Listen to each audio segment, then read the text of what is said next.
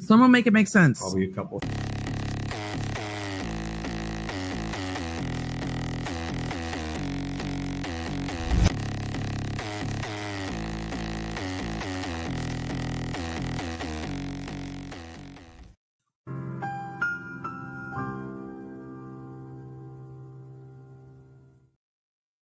Hello, hello, hello.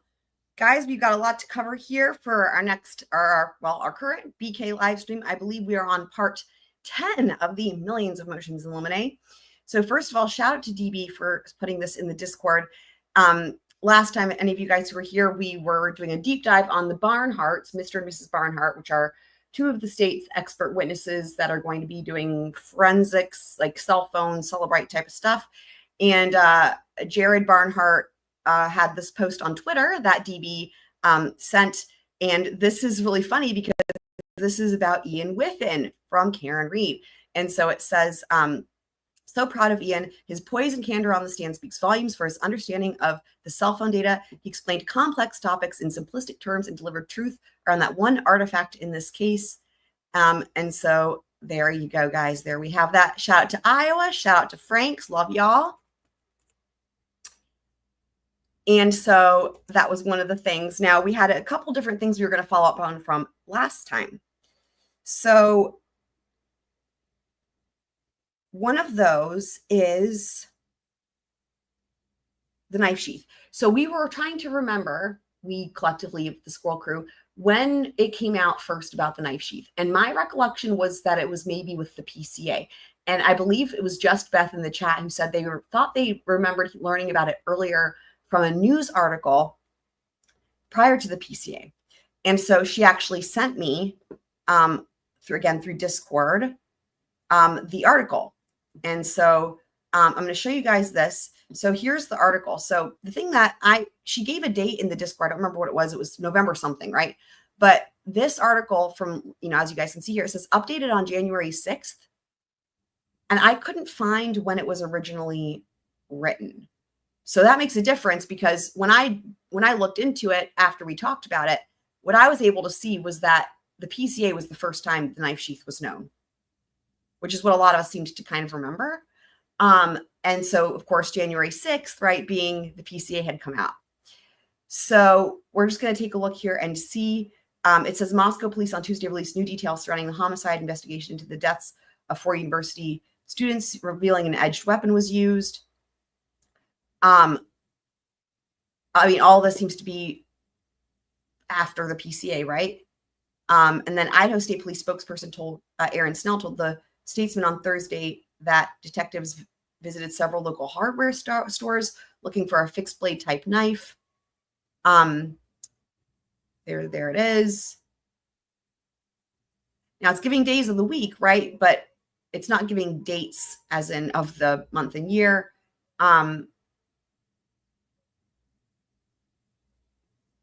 So basically, I'm not quite sure where it was that Just Beth saw that there was anything even in this article about November. This is still looking to me like it was after the PCA.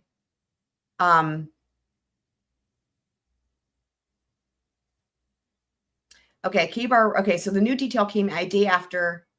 The new detail came a day after Moscow police released information that the 4 U of I students were killed in what they labeled a targeted attack with an edged weapon, such as a knife. And the new detail they're referencing is Kabar.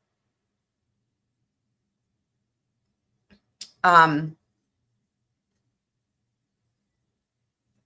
I'm also, let me do this. Let me do a search for Sheath, because we did learn about, it did come out. I mean, I do remember, like, before the PCA, they did say, right, they thought it was an edged weapon, right?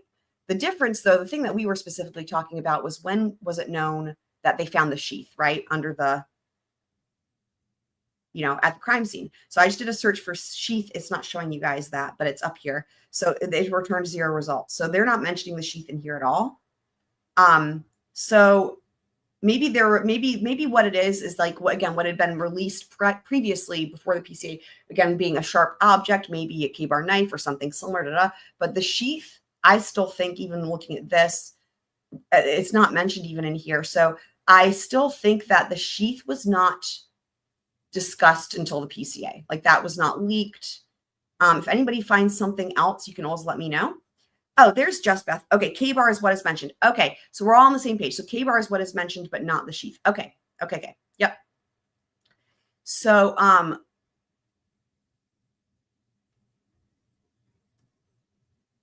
okay, so Just Beth is clarifying. I'm glad you're here. So Idaho Statesman published on the 16th originally. Okay, again, I mean, I'm looking at the one you sent me, and it's saying I'm not seeing those dates. I'm just seeing updated on January 6th for some reason. But regardless, this article is talking about Kabar style knives, but doesn't mention sheath. So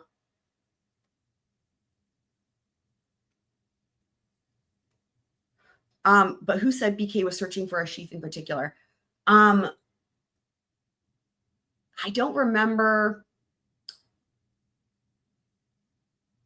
I don't remember how the question came up in the previous live stream, but the question was, would have been somebody in the chat that raised that question, and the question was about the sheath. From my recollection, I'm sure it's probably time stamped, because that was the thing that we were talking about, was when was it known about the sheath? At least that's how I understood the question, and that's what I was responding to, was when was it known about the sheath, not necessarily the Kabar knife. Because I feel like if that had been the question, I would have been like, oh yeah, the knife we knew about previously because it was, sharp force wounds, something like a Kabar. I remember that coming out before the PCA, but we were discussing the sheath. So as far as BK searching for a sheath, I don't know that is,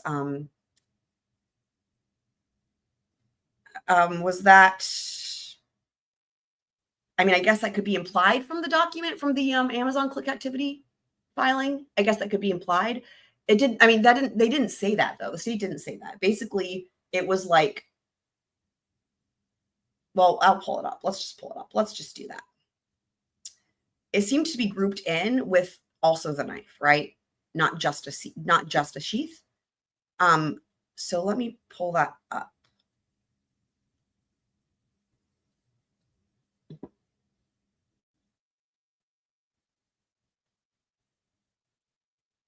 Okay.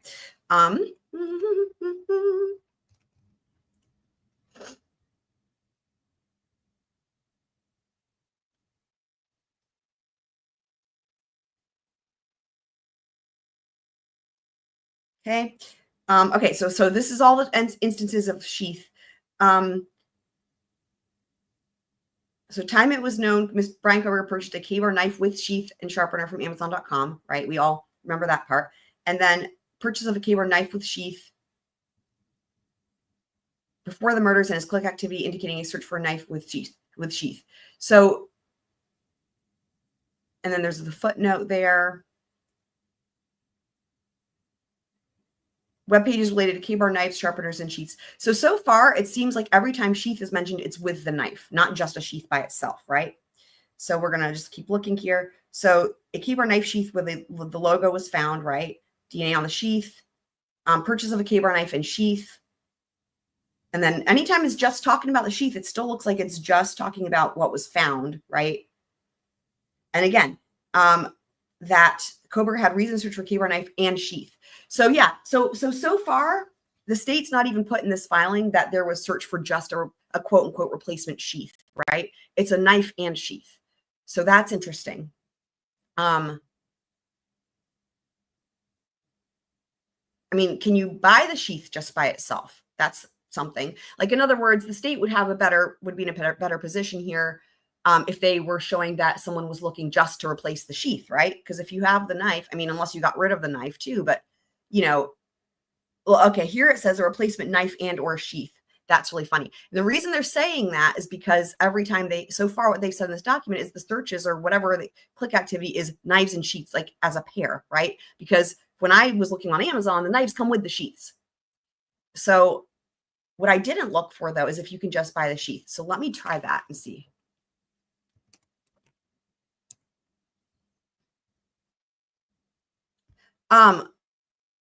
Why is the date of the sheath important to you? To me? because somebody asked the question in the chat.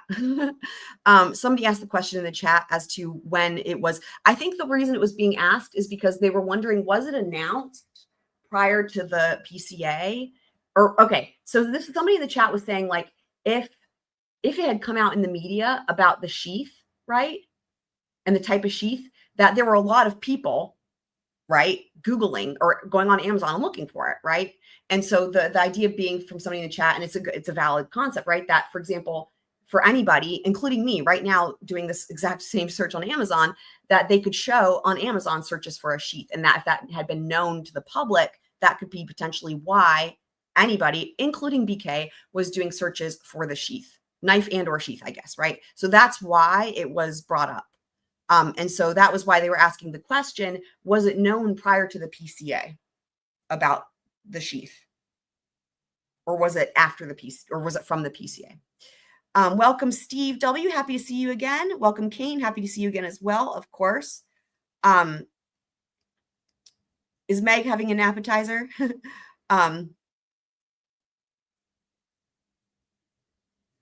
Right, there's no way to villainize looking up Kabar after the 16th. Right, I see exactly. So Just Beth is making the point, right, that Kabar was mentioned earlier, right, as far as the type of knife. That's definitely true. That's absolutely true. Okay, I'm just putting this code in here so I can go on to Amazon. It's making me type all this stuff.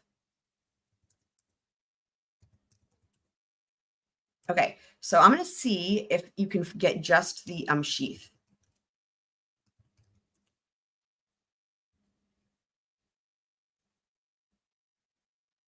You can. Look at this, guys. Has anybody ever tried this? Look. You can buy just the sheath, and it is the USMC.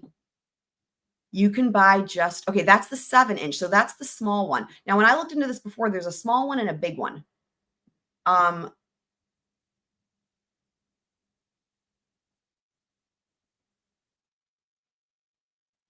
Let me just see. Because let me just show you all the big one, what I mean. So 7 inches. So,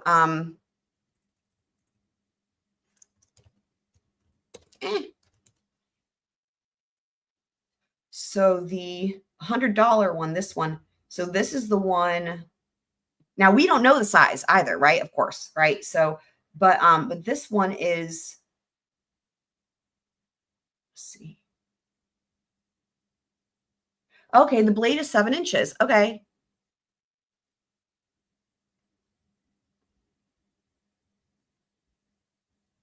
Hold on, because there was a small one.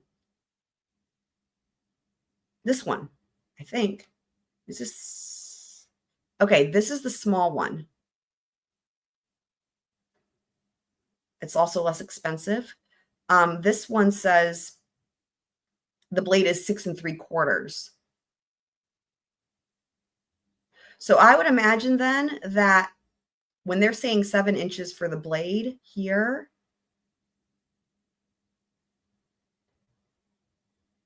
okay. And then if I go back to just the sheath,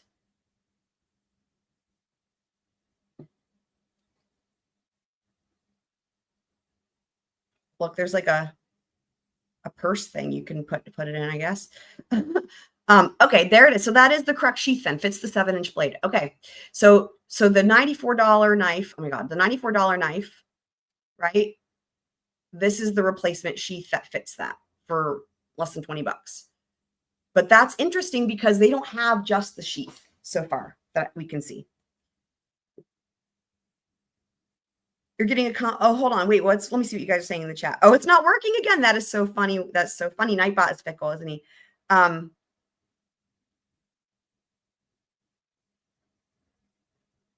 Welcome, Eat Some Z's. Welcome, Super Planner Girl. How are you doing? We've been thinking about you. We've been thinking about you. I've let everybody know to keep you in their thoughts and prayers, depending on how they prefer to do it. Always sending good, positive squirrel vibes your way. Yeah, I'll see if Frank's is so funny. Frank's command was working yesterday.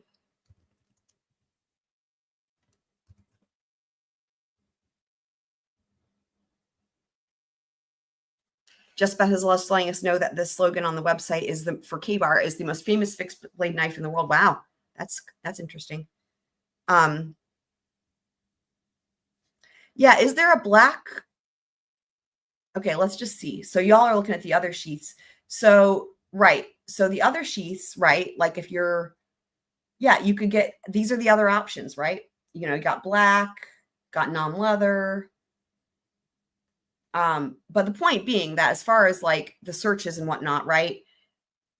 You can search for and buy just the sheath, but they don't have that. The state's not even making that claim in this document, right? It's all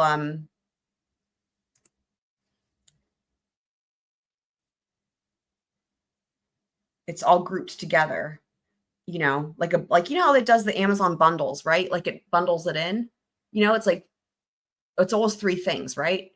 And I would imagine, hold on, let me go back to this.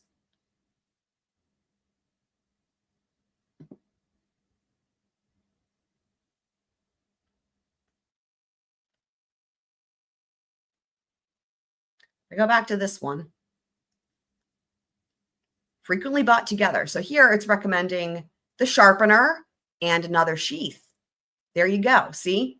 So in other words, I wonder if the click activity is like, if you just roll your, see how I'm just moving my mouse over it? I wonder if that is what shows up, or do you have to actually click on it? I don't know, but maybe you click on it. But like, the point being is their bundle. It's like they always want to bundle it. You know what I mean? They do this with everything on Amazon. Y'all know.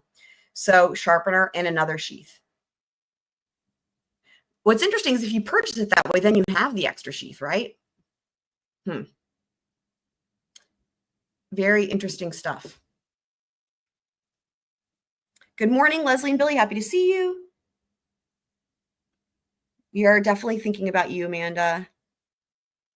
And if I didn't already, I think was Kane is here, right? Welcome, Kane. If I didn't already say that, welcome back again. Truth and Justice. Happy to see you again.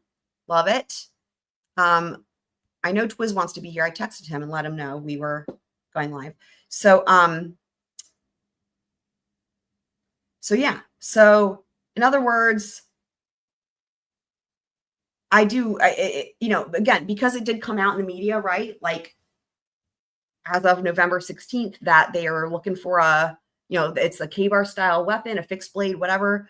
Probably a lot of people were going on Amazon or Google or whatever and doing these same searches. It does definitely, there's definitely plenty of room, right? Even from what we've seen for reasonable doubt, you know.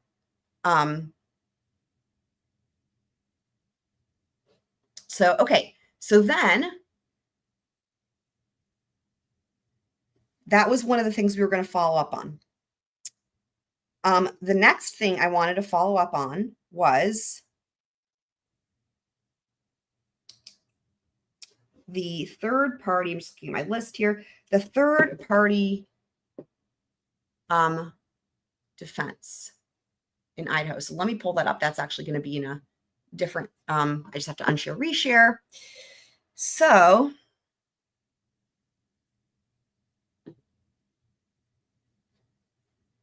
okay.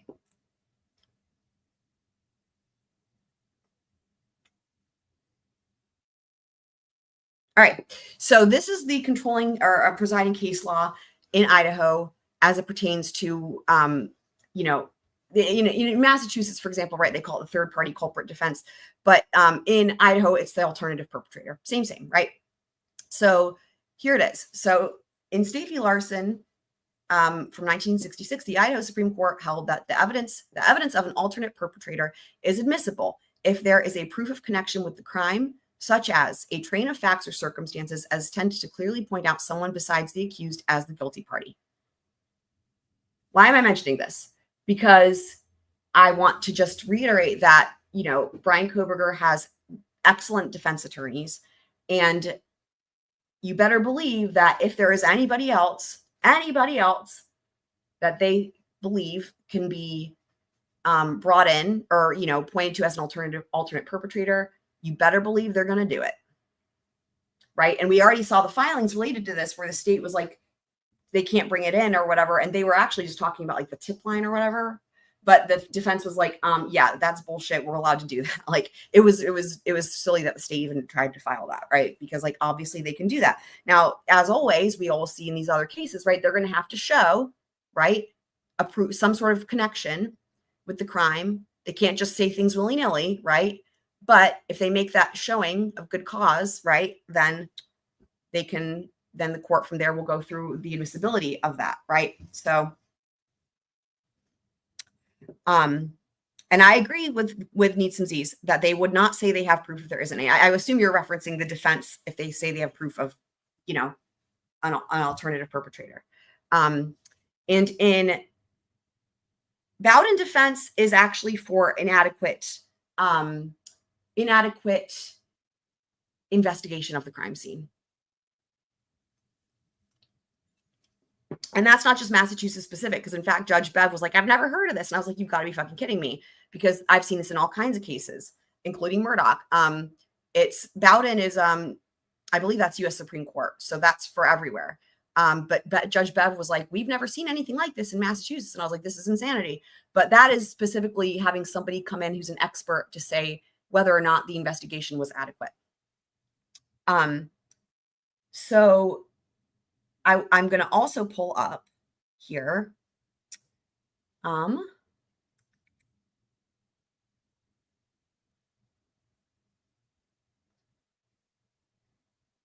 Okay, I just have to unshare, reshare.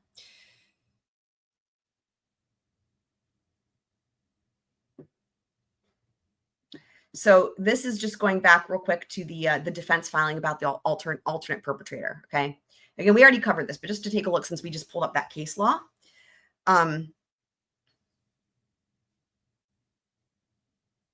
So, right, the state seeks an order prohibiting Mr. Kohberger from offering alternative perpetrator evidence or argument without first satisfying the court that any such evidence is relevant. Like I said, they have to first show that it's relevant, right?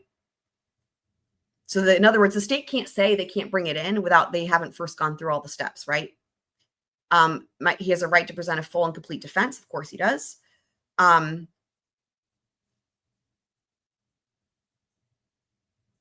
then the offer of proof. We've heard this in other cases, like, you know, Karen Reed, for example. The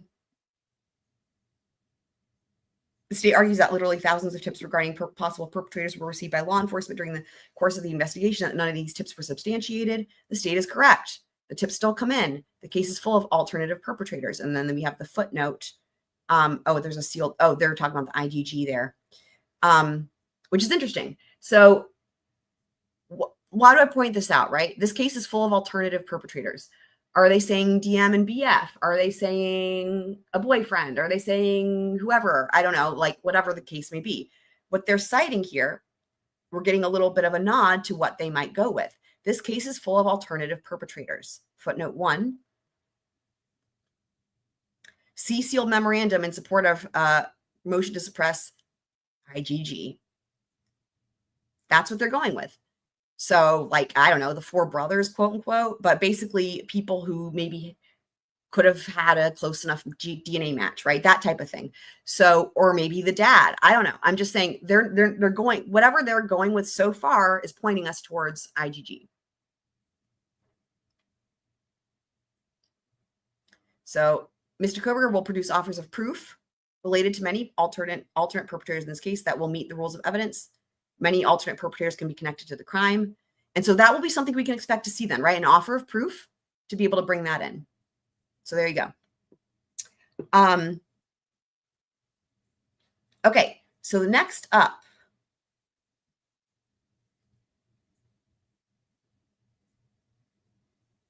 This is, which one is this? Let's see.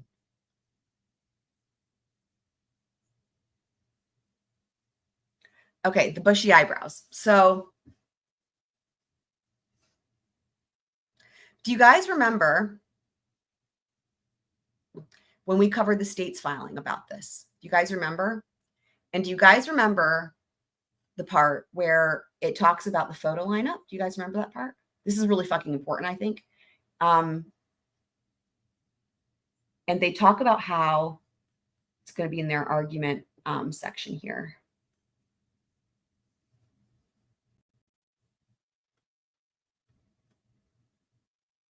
Okay, right here.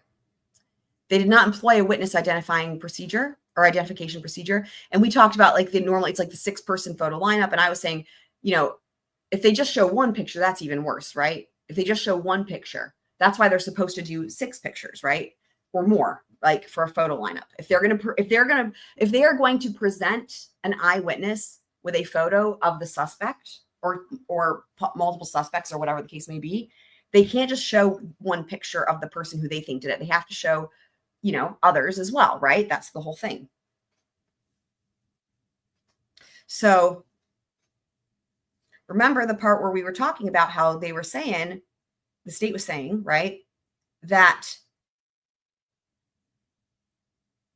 okay, right here, let me zoom in, right here. Okay, I'm going to read this part again. So regarding identification, after BK was arrested, DM was interviewed. She relayed that she saw a mugshot of Bryan Kohberger on the internet. Detective Lake asked DM, is this Bryan Kohberger the person that you saw in the mugshot? Is that the person you saw in the house? She said, I have no clue. But the point being that they did not. So even here, there is no law enforcement procedure employed to suggest identification. And we talked about the distinction being they're saying we didn't show her a picture. We just asked her if she'd seen one on the internet, right? And remember, do you guys remember what I said? I'm curious if anyone remembers, because I thought, I need to follow up on this. Because what I was thinking was, I was like, I have a memory though of them somebody mentioning in a court filing or in a hearing that somebody had said they had shown her a picture. And then I further went on to say, because, y'all know how my memory is. I further went on to say, I believe it was the hearing on January 23rd. And I believe it was actually Ashley Jennings. This was my memory of it, right? Was I said, I remember her saying they showed her a picture. Not that she'd seen a picture on her own and was asked about it. I remembered Ashley Jennings saying they showed her a picture. And nowhere is that in this court, in this filing. Not at all. They're disputing. And what they're saying is they never showed her a picture. She found one on her own.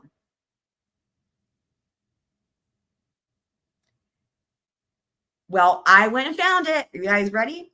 I went and found it, as one does. I went and found it. Here we go.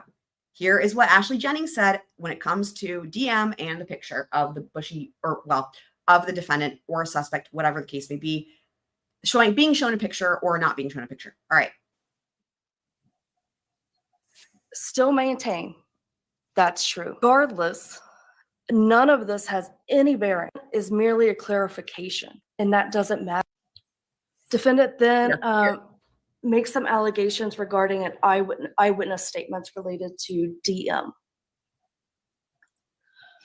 There's kind of 2 buckets of attacks here. The first bucket is that the defendant claims the magistrate was never informed that DM told law enforcement she, when shown a picture, didn't recognize the defendant. Let me play that again, guys. Y'all. So in other words, I remembered correctly. Ashley Jennings says she was shown a picture. Never informed that DM told law enforcement she, when shown a picture, didn't recognize the defendant. Well, it's clear from reading the probable cause affidavit that she's not going to recognize. So that's the part that matters, right? So I can't wait to see the defense response filing to the state's filing, because you better believe they will, I would imagine, lose their shit, because this is crazy. Like, I mean, is it possible Ashley Jennings misspoke? I guess it's possible, right? But if she was shown a picture, we got a fucking problem, because they represented that she was not shown a picture.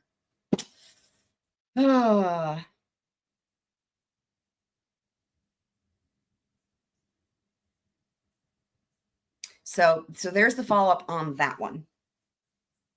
And then as far as the other things, we all were talking about wanting to watch the press conference to refresh our memories from what Prosecutor Santa said back in the day. We're going to do that. And what happened was on the last live stream, we were going to do it. And then we got sidetracked because we went and did the whole deep dive on the Barnharts and whatnot. So when I was doing the timestamps, I was like, oh, fuck, we forgot to watch this. So we're going to watch it. But first, we're going to cover some of these other new filings, and then we will take a look. So, okay, so now let me just pull up. Okay. Excellent.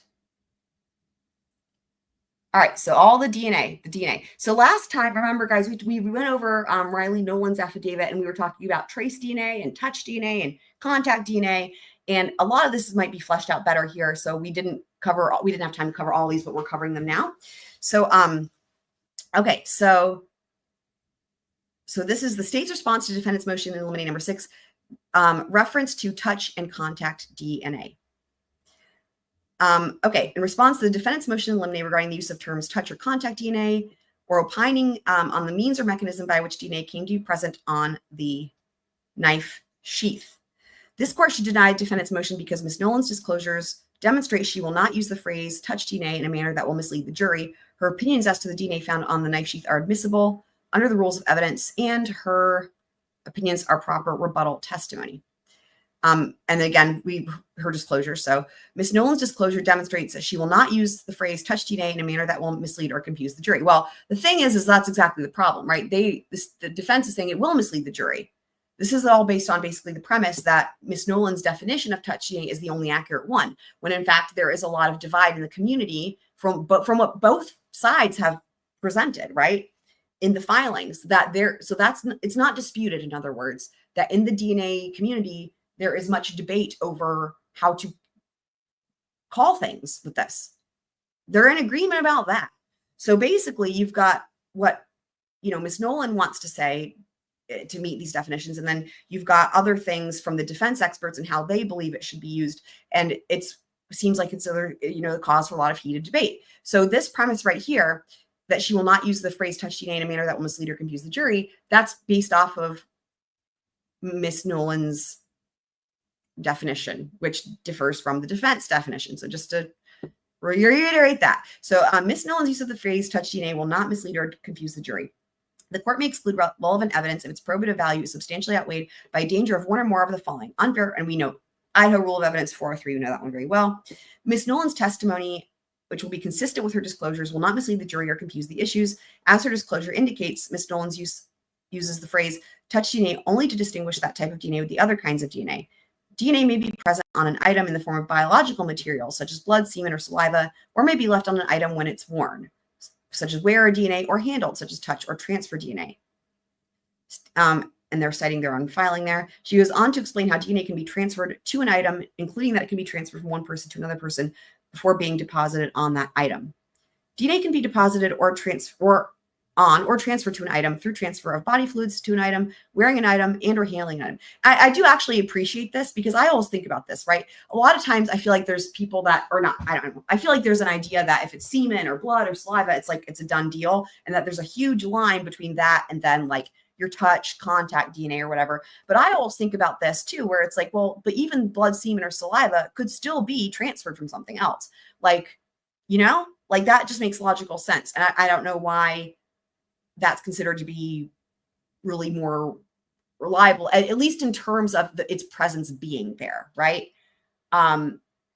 So I appreciate that this is here, right? Like basically any DNA of any kind can be transferred is essentially the thing.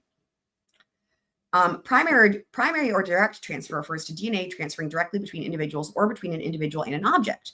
Indirect or secondary transfer refers to the transfer of DNA from one person or object to another person or object through an intermediary.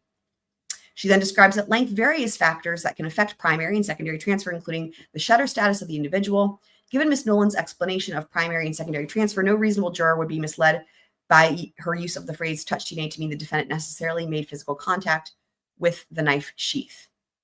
Moreover, Ms. Nolan's use of the phrase touch DNA is not unique but common within the field. Most tellingly, defendant's own DNA expert plans to use the phrase touch DNA in reference to the DNA on the knife sheath.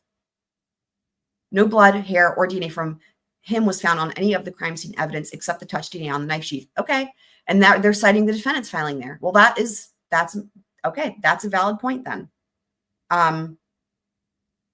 In other words, the point being that in the defense filing, their own expert says, except the touch DNA on the knife sheath. So they're saying that the DNA on the knife sheath was touch DNA, right? Experts in other cases also use the phrase touch DNA in the same way. And then they're citing some case law here.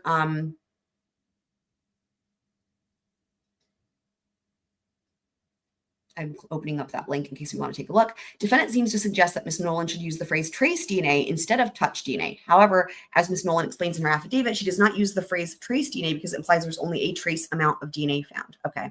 So this is becoming more clear than, okay. Using that term in this case would itself be misleading to the jury because a trace amount of DNA is not what was detected on them. Okay. I do think these are some valid points. And I will say, especially too, because of the fact that this was important here about, again, the defense expert even saying it was touch DNA on the knife sheath. So,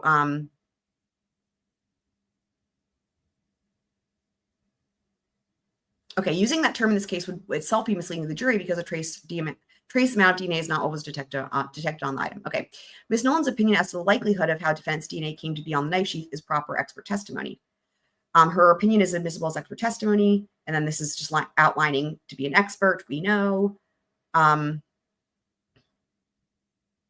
As Ms. Nolan's disclosure indicates, she will assist the jury by helping them understand concepts related to DNA that fall outside the common sense or experience of the average juror. Specifically, Ms. Nolan will explain primary and secondary transfer of DNA and factors that may affect primary or secondary transfer of DNA. No average juror would understand those concepts without the training and experience Ms. Nolan has. Ms. Nolan will also opine that the amount of DNA on the sheath, found on the sheath, and the fact that it came from a single source make it more likely that the DNA arrived on the sheath because of primary transfer rather than secondary transfer. Now that will be an important point that the defense will want to rebut there, surely. The opining that it was more likely primary than secondary. That too will assist the jury because a non-expert possessing those same facts would have difficulty interpreting their significance. Welcome, Meg, and welcome, James. Love y'all. Ms. Nolan's explanations and inference both go to the significance of defendant's DNA on the knife sheath, which will be a critical issue in the trial, especially considering defendant's experts' proposed testimony that at least implies the jury should attribute little or no significance to the defendant's DNA on the knife sheath. Defendant argues that Ms. Nolan's opinion is inadmissible because she cannot conclusively offer an answer to the question of when and how. But that's often the case with proper expert testimony. In Hall, a woman, okay, now they're just going through some of this case law. James says he wants to talk orchids. Do you have orchids? Do you have a question about orchids?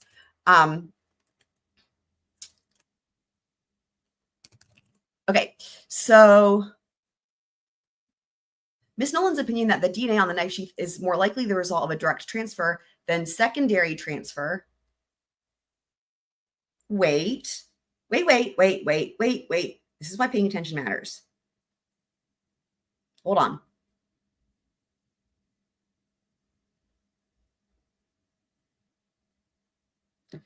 They said primary transfer before. This is why you pay attention. And now they're saying direct.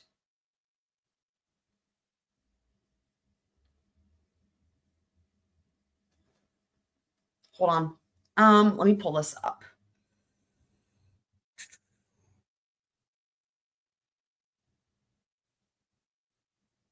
Because I want to make sure we are clear if there is a difference here.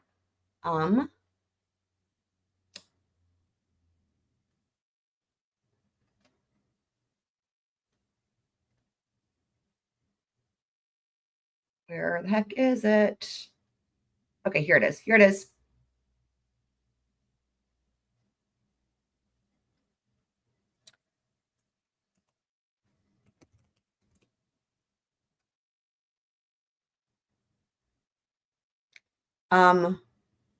Direct versus indirect.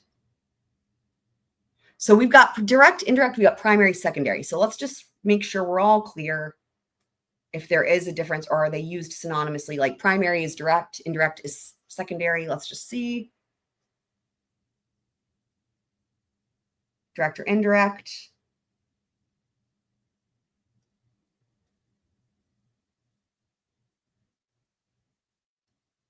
Okay. Indirect would be touch or contact.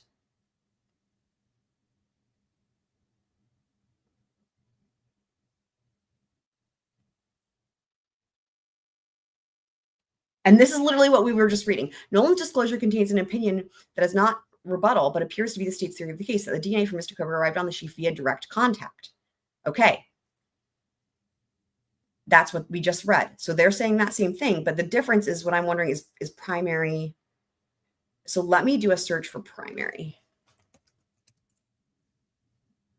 And then here's the primary. See what I'm saying, guys? Primary and secondary transfer. Oh my God.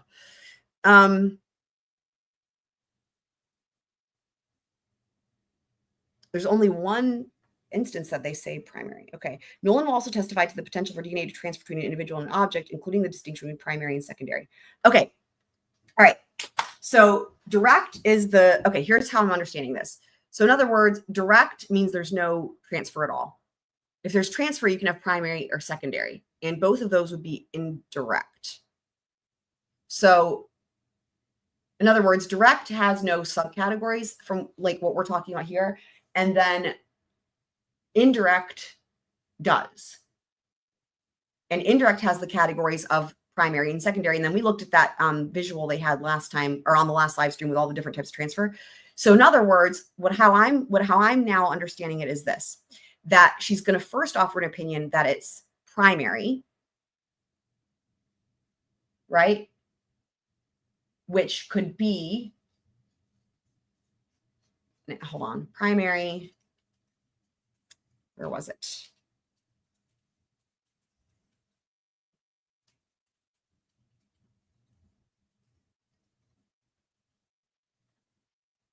Okay, there's the direct. Hang on.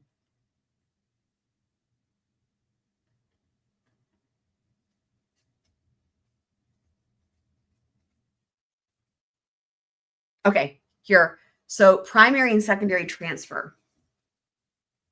So if she were to call it primary, that would mean that it was still transferred, which means it's not direct, right? So it's like you first could say, okay, there we go. That's what it is. So primary is not as good as the direct. That's how I'm understanding this. Is that making sense to you guys? So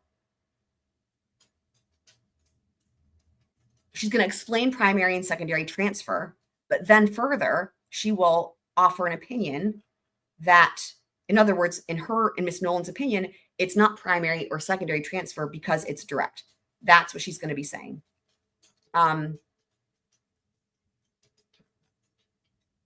Right here, direct transfer, as in directly from the person to the thing, right? Okay. Okay. Does that make sense to everybody? That's why I wanted to go through that, because there's so much terminology, and I just wanted to make sure that it was clear what she's going to be offering. Okay. So, defendant erroneously asserts that Ms. Nolan's opinion is not admissible because there is argument in the forensic DNA community that experts should not give such opinions. Defendant's assertion is flawed both as a legal and factual matter. Well, I disagree with that, because we know, I knew this was, okay, I had heard about this or read about this dispute rather prior to these filings, right? Because I've been doing a lot of research with the IGG and also in other cases, right? It's clear that there's a lot of this is still such an up and coming thing, right? It's like the science is developing, but then it's like, how do you call it? And anyway, so I don't think they can just say point blank that it's flawed as a legal and factual matter, because there is discrepancy. And in fact, Riley Nolan acknowledged as much in her affidavit. So defendant's assertion is legally incorrect because consensus of the scientific community is not the appropriate standard to determine admissibility of an expert opinion. So in other words, he might be correct about the legal part, right? Like, in other words, consensus of the scientific community is not the appropriate standard to determine admissibility of an expert opinion. Okay, fine. But the factual part, I take issue with, because factually, there's not a consensus, right? But I'll keep reading here. So the question under the evidence rule is simply whether the expert's knowledge will assist the trier of fact, not whether the information upon which the expert's opinion is based is commonly agreed upon. Defendant's claim of universal agreement in the forensic DNA community is also factually incorrect. Defendant relies most heavily on a report titled Forensic DNA Interpretations and Human Factors. Specifically, defendant relies on these certain sections, but as to those sections, not even the authors of the report were in agreement. And there's a footnote. Okay, and I'm going to pull that up too. And then they have their, okay, so now we're at the argument. No, we're not. Sorry, I clicked on the wrong thing. Okay, so specifically, okay, we read that part. I pulled up the link in case we want to take a look. So 2 of the committee members dissented from the recommendation that DNA analysts should not opine about the possibility or probability of direct or indirect transfer having occurred in the case. I love it when they include footnotes where there's a link that we can click on, by the way. I'm sure you guys will agree. It's the good old battle of the experts, for sure. 100%. Yup. Definitely is. Here again, for the second time in a single motion, defendant's own expert contradicts his position. According to the recommendation from the working group espoused by the defendant, a DNA expert is not allowed to answer any question of how or when DNA arrived on an object. But defendant's expert goes to great lengths to make the DNA on the knife sheath seem meaningless for the jury based on the very subjects the DNA now claims the expert should refuse to discuss. For example, the defendant's expert discusses the possibilities of how the DNA arrived on the knife sheath that most benefit the defendant. Well, yeah, but that's typical. Mr. Kohberger could have shed cells of DNA on the knife sheath weeks, days, or months earlier, and she opines that the DNA was on a protected area where a prior handler's DNA may be expected to persist, even if the sheath was more recently held by someone else. Now, what's interesting is, like, we didn't have this information because her disclosure or whatever, like the expert was sealed, right? So we didn't have this. So we are learning more about what opinions she's going to offer that we didn't have before. So I'm going to read these again. In other words, because we're learning what their expert's going to testify to, some of the things anyway. So I'm going to read it again. Mr. Kohberger could have shed cells/DNA onto the sheath days, weeks, or even months earlier. And then again, the DNA was found on a protected area where a prior handler's DNA might be expected to persist, even if the sheath was more recently held by someone else. Now, here's what I love about this is that from what we know so far, from what the state has tipped their hat to or whatever, shown their hand, I guess, as far as the Amazon, right, is that the potential purchase or whatever of a knife in sheath and whatever from the Amazon was, what was it, like 8 months prior or whatever? So you can see where this actually is very helpful for the defense and makes sense that, but it also just makes sense logically, right? Now, if they were like, oh, well, the knife sheath wasn't bought until the day before, well, then both of these positions wouldn't have as much weight, right? But yeah, if you've had something for that long, obviously the likelihood that the DNA was there prior and then someone else could handle it or whatever, right, is more likely. Defendant's expert's opinion is itself evidence that there is no agreement in the community that DNA experts should not testify on these topics. In all events, it is the non-unanimous recommendations of a divided working group that determine the admissibility of evidence, or sorry, it is not the non-unanimous recommendations of a divided working group that determine the admissibility of evidence in Idaho's courts, is the Idaho Rules of Evidence. I mean, that's true.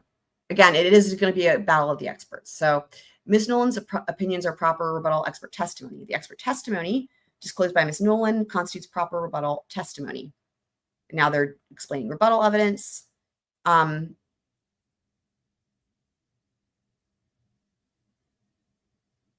Then defendant discloses DNA expert. Defendant's DNA expert could not refute that the DNA on the knife sheath matched the defendant's DNA, acknowledging that there is good support that Mr. Kohberger's DNA was found on item 1.1, a swab from the knife sheath. Instead, again, that was in her disclosure, so we didn't have that, right, until now. Instead, the disclosure for defendant's DNA expert indicates she will inform the jury that DNA on an item could be the result of indirect transfer from skin cell DNA. Now, another thing we talked about in the last live stream was the mention of the word skin cells, which I had mentioned that in the documents prior to now, I didn't recall there being any talk about skin cells. And I did a control F for whatever things we were reading, and I didn't see skin cells anywhere. And Meg, I think you brought that up. And I was like, huh, that's interesting. I wonder if skin cells has come up at all. So this is the first time, I'm just pointing it out, where we are seeing them talk about skin cells, like that specific term. Now we are seeing it. So, so there we go. Now we have it. So I'll read this again because we didn't have this because this is from her disclosure, which is sealed. So it says, instead, the disclosure for defendant's DNA expert indicates she will inform the jury that DNA on an item could be the result of indirect transfer from skin cell DNA. So there we go. The disclosure implies that the jury should give little weight to the defendant's DNA at the crime scene because it could just mean the defendant's DNA was nothing more than, quote, innocuously shed skin cells / DNA prior to the crime. These are, again, quotes from her disclosure, guys. And the knife sheath could, quote, be picked up and transported to a crime scene by someone else who sheds no DNA onto it, end quote. All of these things are true and possible, and it's just going to be battle of the experts. She also opines that DNA was found in a location that suggests it would persist for a long time because it was protected.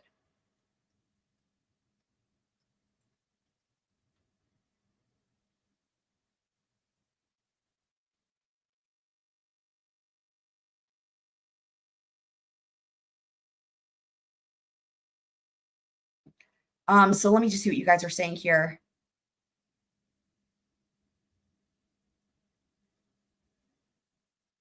Yeah, I don't know about gloves. I mean, the only mentioning of the gloves is like the sorting of the trash or whatever. I don't think there was any, it's not come out. We haven't seen it in any court filings or anything like that, or like as if if anyone was wearing gloves when they were at the time of the murder, right? There's nothing about gloves for that.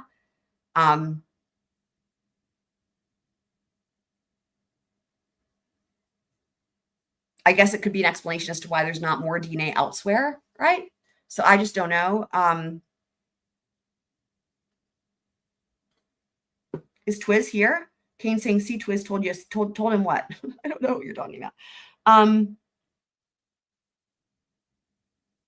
I mean, and absolutely. And this is definitely something the jury's going to think about. Like, this is one of those things that's common sense, right? That there's so little DNA in just that one thing. It is interesting. She's a rebuttal witness. Yes, Glennon. Okay, Ms. Nolan's rebuttal disclosure explains and counteracts the disclosure of defendant's DNA expert. While Ms. Nolan acknowledges the limitations of current technology in determining how DNA arrived on an object, so Ms. Nolan's going to acknowledge that, right? That the technology can't say how it got there still. She also explains factors that can affect persistence and that may suggest whether DNA arrived on an object via primary or secondary transfer. Ultimately, she concludes that it is more likely the defendant's DNA. Again, now we're back to the primary transfer. I'm wondering, does Santa not understand the difference between primary and direct? That's why I went back and looked at all that, because I'm like, hang on, we can't just use these words interchangeably if they don't mean the same thing. But he's using them interchangeably, so that's annoying. More likely, defendant's DNA on the knife sheath arrived via primary transfer, which means contrary to defendant's opinion, the DNA on the knife sheath has more significance than the source being defendant. Huh? This sentence doesn't make sense. Which means, contrary to defense expert opinion, the DNA on the knife sheath has more significance than the source being defendant. Even, I mean, clearly the word "the" is missing, but even if you put the word "the" in,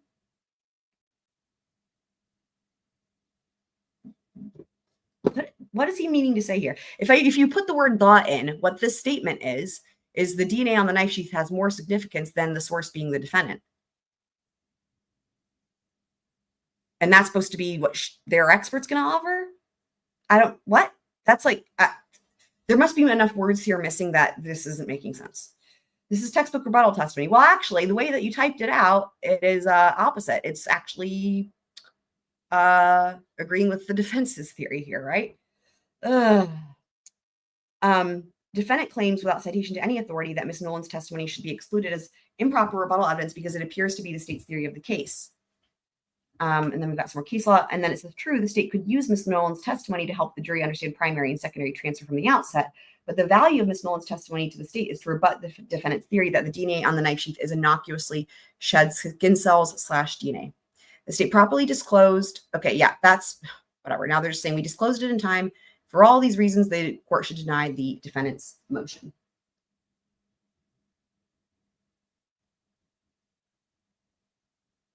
Okay. Next.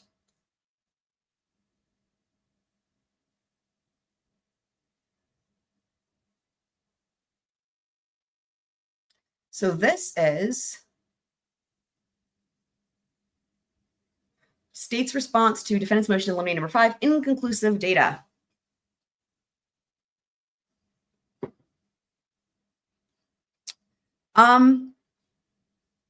You know, Gwennon, that's a good question.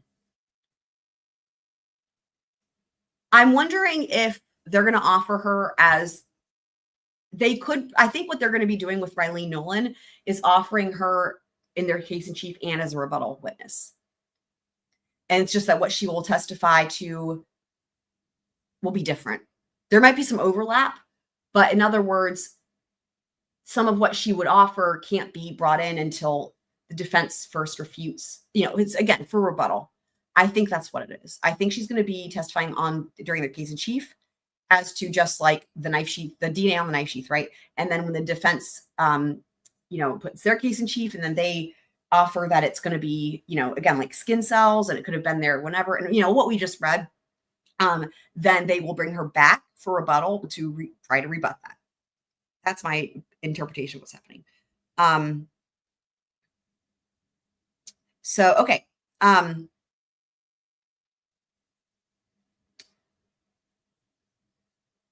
All right, so this is the inconclusive data related to item Q13.1. This is the DNA under the Maddie's fingernails. So defendant asked this court to exclude an ISP lab analyst finding that defendant could not be excluded as a contributor from Q13.1 because that statement does not provide sufficient context and because defense experts came to different conclusions. Neither rationale supports excluding the testimony, and the court should deny the motion. Facts. Item 13.1 is a swab of the left fingernail clippings from Madison Mogan. Jade Miller, an analyst with the Idaho State Police Lab, analyzed the DNA profile obtained from the item 13.1. She found the DNA profile, quote, indicates a mixture of DNA with a major profile, which is consistent with having come from Madison Mogan. For analysis, Ms. Miller assumed a 3-person mixture and compared the DNA profile to the DNA of several other individuals related to the case. Her comparisons provided likelihood ratio results to show the likelihood that each person compared contributed to the DNA profile.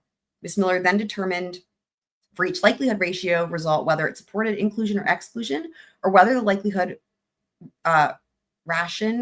ratio, and it must be a typo, result was inconclusive. And then this is redacted. These ranges are consistent. Okay, we got a footnote here. At the time of Ms. Miller's analysis, revision 12 of the biology/DNA casework analytical methods was in effect. This manual is publicly available online. So this makes me wonder if something has changed since then. And she relied on what she should at the time, but like new research has come out, and now the standards have changed. Well, we will find out. Applying those ranges to her likelihood ratio results, Ms. Miller concluded that it is inconclusive whether the following persons are potential contributors to item 13.1. Jack, I don't know how to pronounce the last name, Cole Barenberg, Ethan Chapin, Xana Conordo, and Bethany Funk. She also determined it is inconclusive whether Bryan Kohberger is a potential contributor to the item. And there's the likelihood ratios. Now remember, there was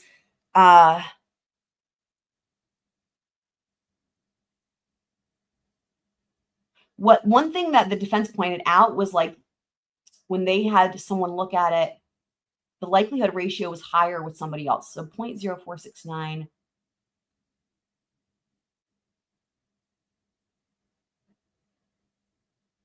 Yeah.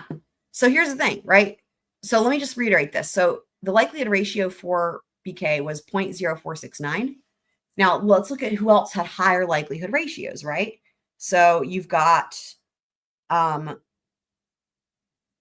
Jack has a much higher, 0.399. Cole, 0.485. That's the highest. No, sorry. Ethan's is the highest, actually. So Ethan's is 3.33. But basically, here's the thing. So everybody has a higher likelihood ratio than BK, with only the exception of Bethany. That's the only one that's lower out of the whole bunch. The defense has disclosed Jennifer Bracamontes, a case manager at Cybergenetics, as an expert witness for this case. We didn't have this name until now because a lot of this was under seal. Ms. Bracamontes utilized a different program than ISP to analyze the DNA profile obtained from item Q13.1.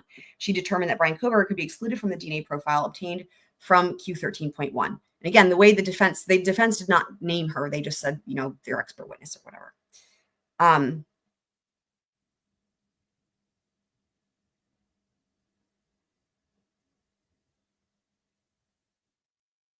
So argument, this court should deny the defendant's attempt to exclude Ms. Miller's inconclusive result as to the defendant. Defendant claims the result is unfairly prejudicial if used out of context and is excludable because the expert came to a different conclusion. Neither basis supports exclusion. Defendant's claim that he would be unfairly prejudiced by the state eliciting from Ms. Miller only the inconclusive result as to the defendant fails to account for cross-examination. And I kind of tend to agree that this is fodder for cross. But the thing is like, it's going to be one of those moments, right? Where like, if they're, the state's witness comes in and is like, da, da, da, da, right? And then the defense comes in and is like, hey, so let's go through this. How about everybody else you found? Yep. Names them. And what about their likelihood ratios? And like I just pointed out, they're like way, way, way, way, way, way, way, way, way, way higher, right? If you can see how even just with that part, that alone is you can turn that into a brilliant cross-examination that completely negates what this witness offers for the state, right?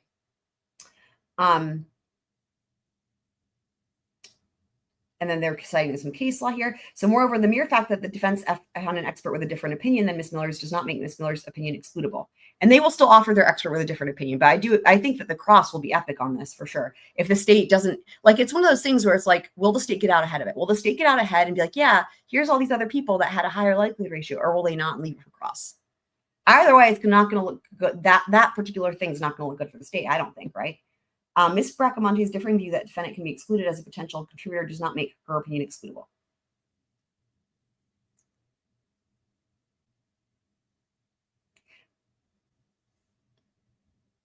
Now, the thing is like by pointing out that the other people have higher likelihood ratios, it's the point being is like, you don't have, depending on the case, right? It's like, sure, the defense could say, well, maybe it's because one of them actually is the alternate perpetrator, but you don't even have to go that far with it. You can just use it to show how easy it is for DNA to get places, even if there was no crime committed, right? You could go either way. You could go the route of one of these people maybe is a perpetrator, or you could go the route of, we know they're not a perpetrator, and look, they have even more DNA. There's even more of their DNA than there is of the defendant, right? As in to show, you could use it to prove that none of these people, including the defendant, did this, right? You see what I mean? Because he had even less DNA there. So you see, does that make sense, guys? Like the strategy, there's you could use either strategy there. I think it's in my opinion, I would go the second route. I would go the route of, yeah, none of those people did it, and they had higher levels of DNA than Mr. Kohberger. So clearly, none of those people did it, including Mr. Kohberger, if that makes sense. Okay, so we're on to the next one. So now we have okay. The state's response to defense motion in lane number 14, the statistical analysis. All right, so defendant asks the court to exclude a specific question asked to the grand jury and other questions and testimony such as that question. The state will not ask the same question asked in the grand jury because, as the witness explained in response to the question, it is not a helpful way to discuss the likelihood ratio. However, the state objects to the defendant's request for an order vaguely excluding questions and testimony such as that. In law, this is fucking redacted, obviously. And so this is basically pointless, but there you have it.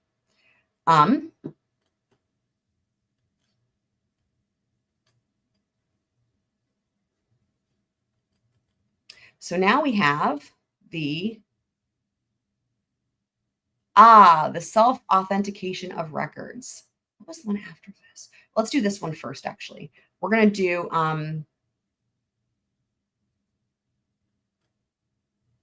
the 404B. So defendant's objection to state's notice of intent to use Idaho Rules of Evidence 404B. So, we're well aware, crimes, wrongs, or other acts, right? Specifically, the state intends to use the video of the traffic stop and the citation regarding the same traffic stop for the purpose of providing his identity, vehicle, address, and phone number. For the reasons set forth below, Mr. Kohberger objects to the use of this evidence. So again, this is a defense filing. So argument, the state misconstrues the identity aspect of Rule 404B because the August 21st, 2022 traffic stop bears no resemblance to the crime charge and should be excluded from evidence. When the state presented the video of a traffic stop on August 21st, 2022, and the corresponding citation as evidence to the grand jury, a limiting instruction was given stating that evidence is, and it's redacted. However, they did cite this in their motion to dismiss the indictment. The state misconstrues the identity aspect of Idaho Rules of Evidence 404B. Quote, evidence of prior misconduct is relevant on the issue of identity when the evidence demonstrates sufficiently similar as well as distinctive characteristics or patterns between the prior misconduct. So in other words, what they're saying is getting a traffic violation is not what he's charged with in the case at hand. It's a quadruple homicide. They're different. When the other act's evidence is introduced to prove identity, as proposed by the state in this case, the characteristics of the other crime or act must be sufficiently distinctive to warrant an inference that the person who committed the crime also committed the offense at issue. Neither the video of a traffic stop on August 21st nor the corresponding citation are similar to the charge offense murder.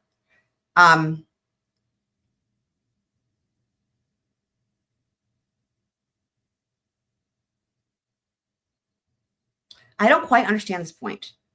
So let me read it again. When the other act's evidence is intended to introduced to prove identity, as proposed by the state in this case, the characteristics of the other crime or act must be sufficiently distinctive to warrant an inference that the person who committed the act also committed the offense at issue. So they have to be different enough, right? The point I was just making is like they're completely different, right? Obviously, a traffic citation versus a quadruple homicide. So I don't understand what the defense is saying here, where they're saying, yeah, they have to be distinctive. And then they say, neither the video of a traffic stop nor the corresponding citation are similar to the charge offense murder. Yeah. So in that case, then shouldn't, like, that's exactly the point that I'm making. They're completely different, right? So then I don't understand how then you can say, like, that doesn't make sense. I don't understand. I'm wondering if are there words left out? Are there more typos here? They're agreeing, yeah, they're completely different. And again,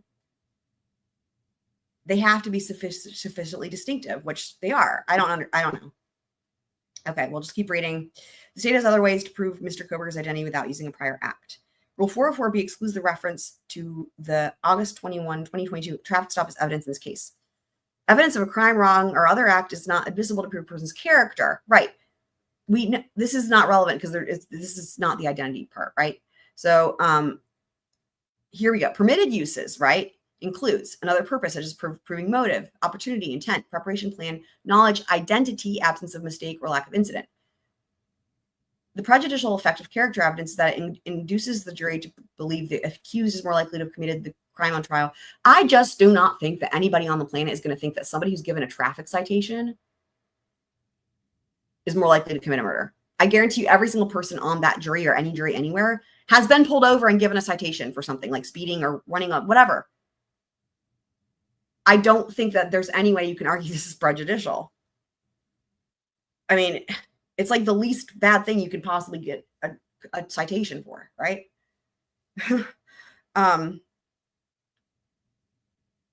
So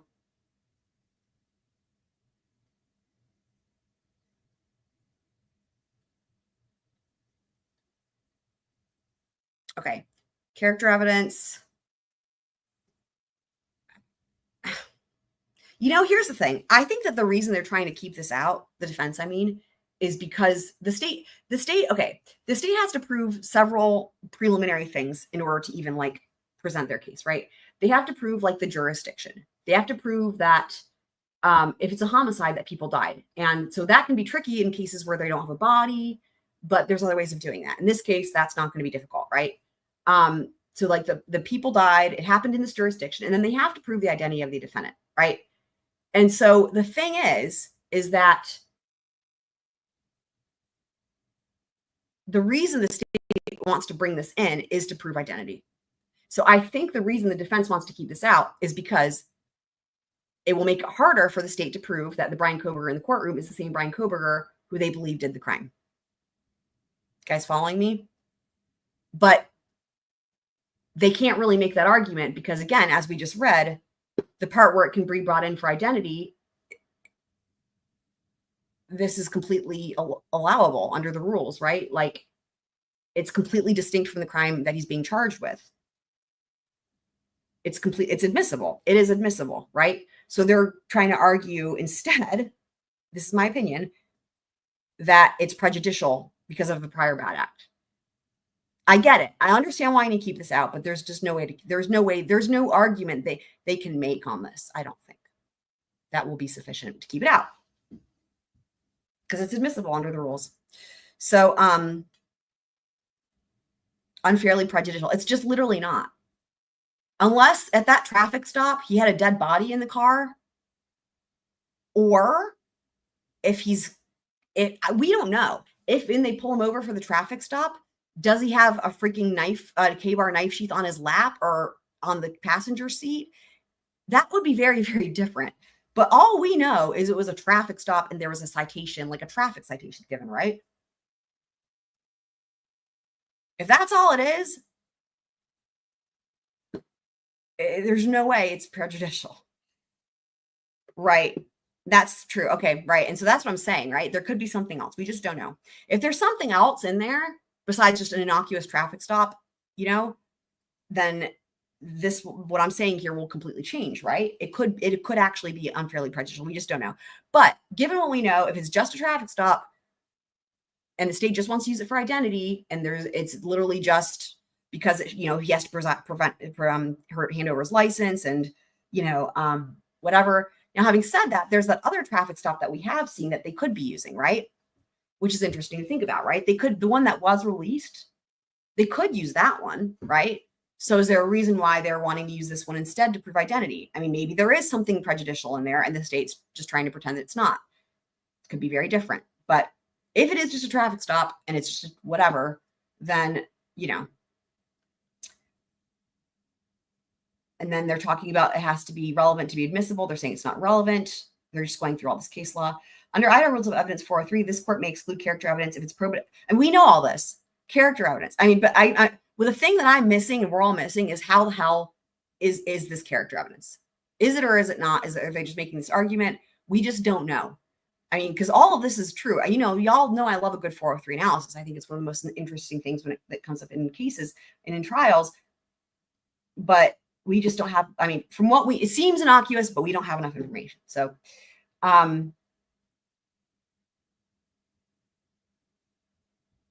the character evidence identified in the state's 404B notice has no nexus to criminal charges. Okay, well, that's some information. What do I mean by this? If the example I gave was like, if there was a Kabar knife sheath on the passenger seat, I gave that as an example as to that should not be coming in. But right here, it says that whatever the character thing is, it has no nexus to the criminal charges. So therefore, it doesn't sound like it's anything like that. Interesting. What is it? I want to know what it is. Was he, what is it? This evidence confuses the issues. If the video and corresponding citation for the traffic violation is presented to the jury might well believe that he's guilty of the crimes charged because the person prone. So it sounds like whatever it is, it's something that would be seen as prejudicial, as in wrongful behavior, more so than just a traffic citation. However, the defense is saying point blank, it's not anything related to the crimes charged. Interesting. Okay. What do you guys think it is? I don't think so. I think it's something I'm getting my impression from this filing, reading between the lines of the defense, this is my interpretation. Is it something else? Like, I don't know. Wrongful behavior. Not even criminal behavior, wrongful behavior.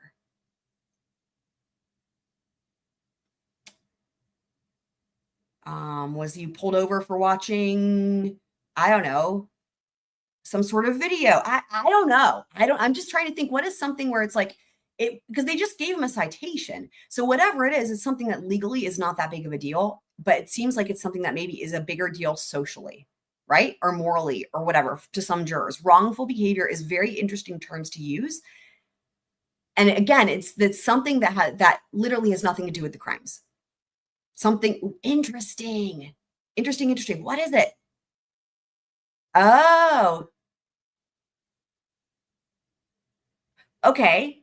So that's a good thought. So where was this pulled over? Was this in Washington or was this in Idaho? Because in Washington, weed is legal. Is it legal in Idaho? Do y'all know? I'm sure somebody knows. And have they even said where this was? I would assume Idaho. If he was pulled over in Idaho and weed is legal in Idaho, I could see that. But I feel like they would give you more than a citation, right? Unless it's been decriminalized. I don't know enough about how that works in Idaho, but that could be it, right? Like, because in some places they would fucking arrest you for weed, right? Not saying that should happen at all, obviously, but in some places, you know, it's varying now by the state and everything. So,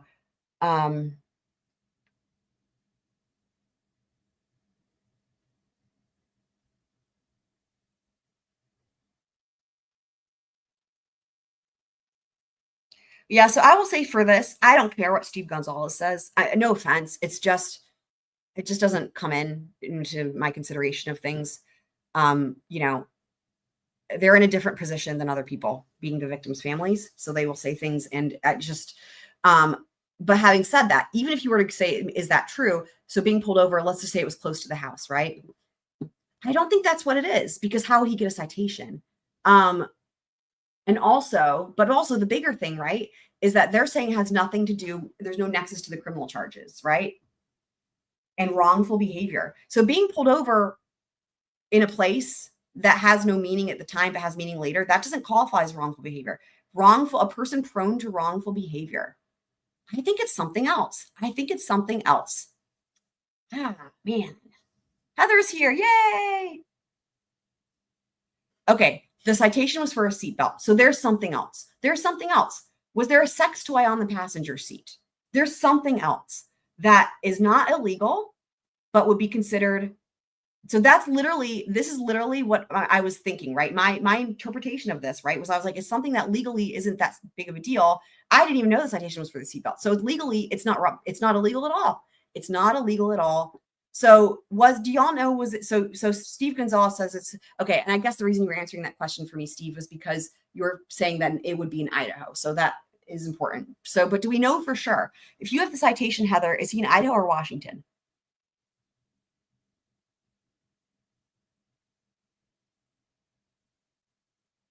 Because they're going to want to play the body cam, right? I believe. Let me go back up here.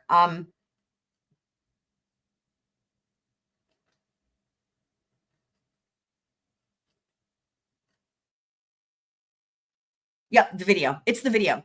It's not the citation that matters. There it is. The state, let's just go back. The state intends to use the video of the traffic stop and the citation for the purpose of proving identity. It's the video. I think it's the video that the defense is what? Dude, what is on that fucking video? Whatever's in the video, interesting. So again, just read it. Whatever's in the video is something that has no nexus to the crimes he's charged with. It's something that he didn't get a citation for, because I don't think wearing a seatbelt is what they're going to be. Dude, who gives a shit, right? They would not be quibbling over this for wearing, that's not prejudicial. Okay. I think whatever it is that the defense, wrongful behavior, I think it's something that is not illegal, but that is something that society views as wrong. I don't think it's just bickering with a police officer or correcting them. I think this is something different. Interesting. So it was in Moscow. So does anybody know? Did anyone answer the question? Is weed legal or illegal or decriminalized? Does anybody know?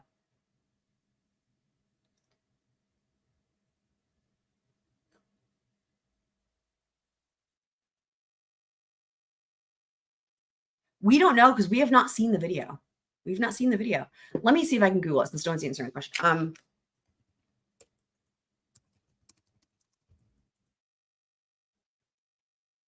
Marijuana remains illegal.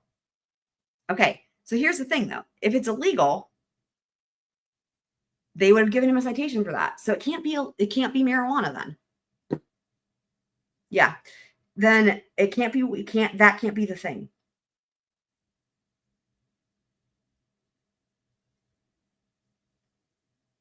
The other thing is, there was an injury to the hand. I don't know why that would matter, because this is before the murders, right? Way before. So even if that was the case, I don't think that would be the thing. Wrongful behavior. If someone has an injury to their hand, I'm so accident prone, guys. I'm injured all the time. It's just, this is something else. And it's something that they did not write him up for. That's what I think. I want to know. That's a good thought. That's a good thought, James. Rubber gloves. Although again, I don't know. They said it has no connection to the crime, but I guess that could still be true because they didn't find gloves at the crime scene, right? So rubber gloves or whatever. And that could be it. That could be it. Like, yeah, the point being that definitely if it was knife related, then it would have a connection to the crime and the crime he's charged with, and it would not be able to come in under the rules. Because then it would be prior bad acts evidence, right? So, and it would make it seem like he's more likely to have committed this crime. Whatever this is, right? It's, dude, how interesting. So maybe rubber gloves, but I have to wonder if it's something just completely different. Like, I don't know,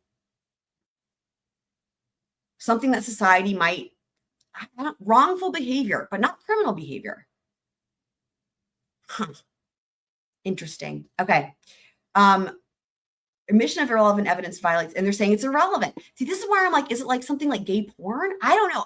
That's where I'm going with this, because they're saying like it's irrelevant. It's not connected to the crime. He wasn't charged with it. It's wrongful behavior. You guys see, I'm reading between the lines here, thinking it's something that some jurors would hold against him, even though, and they shouldn't, right? Type thing. Does that make sense? Yeah. I'm thinking porn or gay porn, right? Something like that. Something along those lines where, again, not illegal, but people could, but something that's just not connected. I wonder.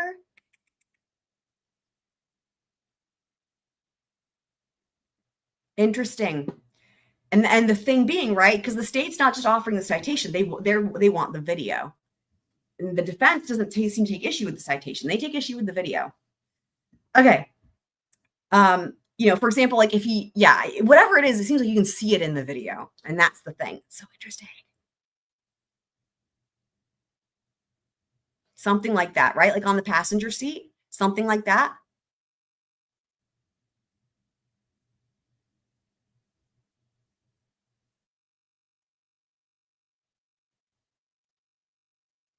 Heather, I don't know what you're putting in the chat here.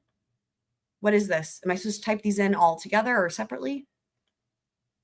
Horror movie? No, it's not horror movies. Not horror movies.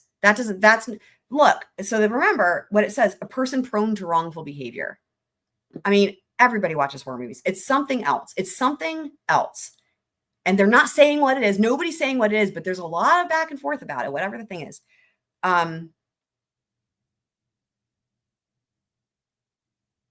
Hello, shout out to Miss Q. Oh,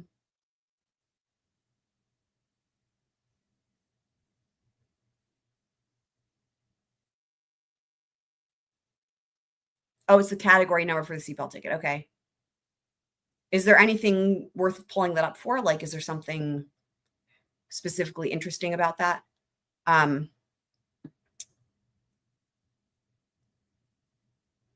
Okay, so conclusion, based on the foregoing reasons, they say you should, not allow it in. Okay. So next, this is I think the last one we have here for today. The defendant's objection to the state's motion, self-authentication of records. So state provided a list of terabytes, a list containing terabytes of discovery in its motion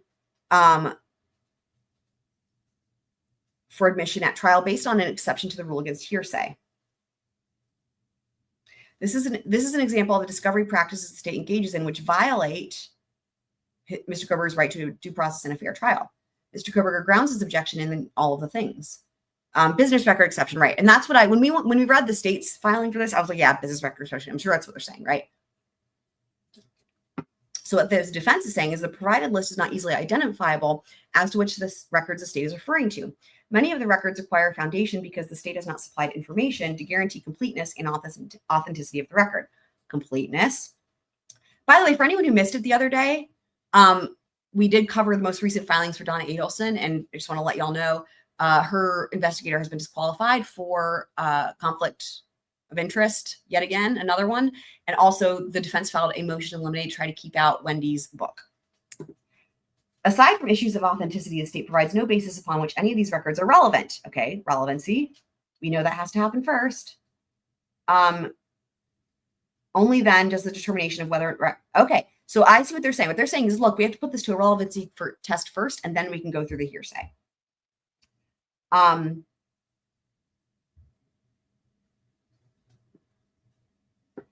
That's really funny. Kane is saying cannibalism is legal in Idaho, but weed is not. That's hilarious.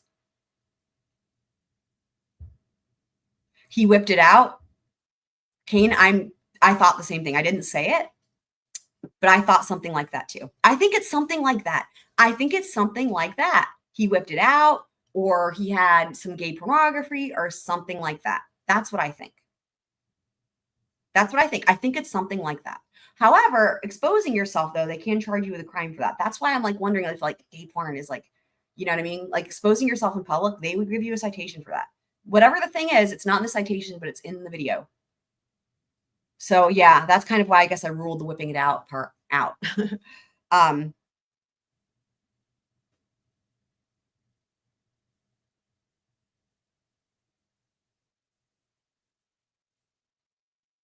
Yeah, the thing about like shower curtains and stuff, I don't know why the state would want to bring that in, because if the state wants to try to be like, hey, he got rid of his shower curtain after the murders, this wouldn't make any sense because this is months before, right? It's months before the murders. So a vacuum, shower curtain, stuff like that, it's not, it's, if it was after, it would be different, right?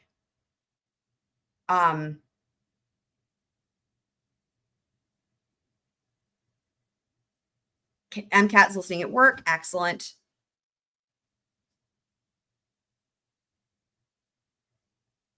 Oh, they actually had to pass a law. I mean, yeah, I never think about cannibalism. I don't know. I'm thinking maybe something along the like gay pornography or something like that. They did, right? And I don't remember what they said about it. I do remember that coming up, but I don't remember. Does anybody remember specifically? Like again, they're not really getting into the details, right? So like, I don't know, but okay. So so remember, what the defense is saying here for this filing is that these first have to be put to the test for relevancy, and then the hearsay test. So Linda Lane footage.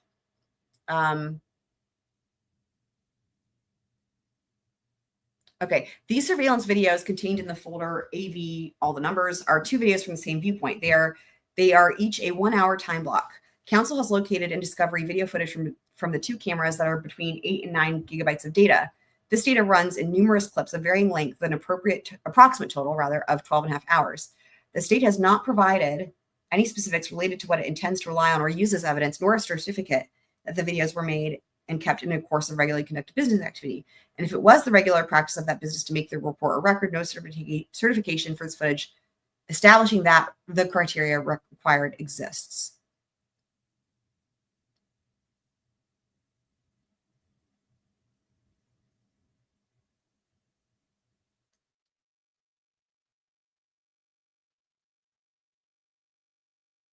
Where did it first come out? Where did that start? The whole thing about the missing shower curtain. I feel like that was just like a rumor or whatever.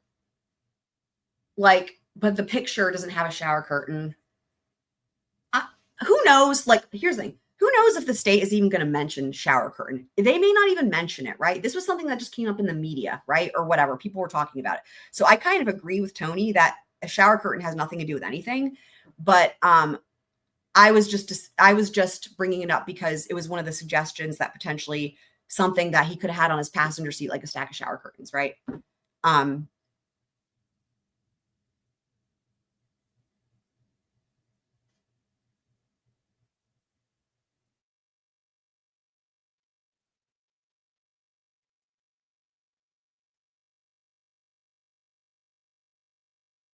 What are you referencing here, Twiz? Also, hi.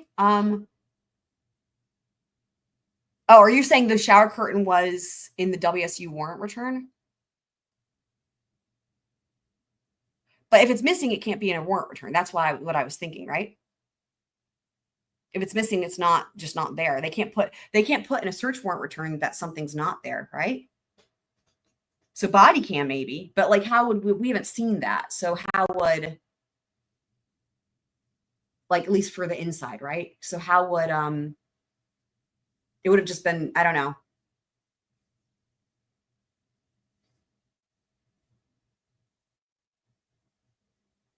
Yeah, because again, it could, if they took a shower curtain in the search for the searching, right, then it would be in the search warrant, but that's different than it not being there to begin with. So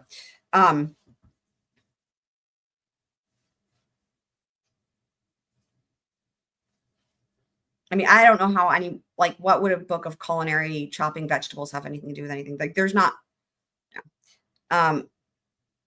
Yeah, I've seen that video of them going in there. Okay, so then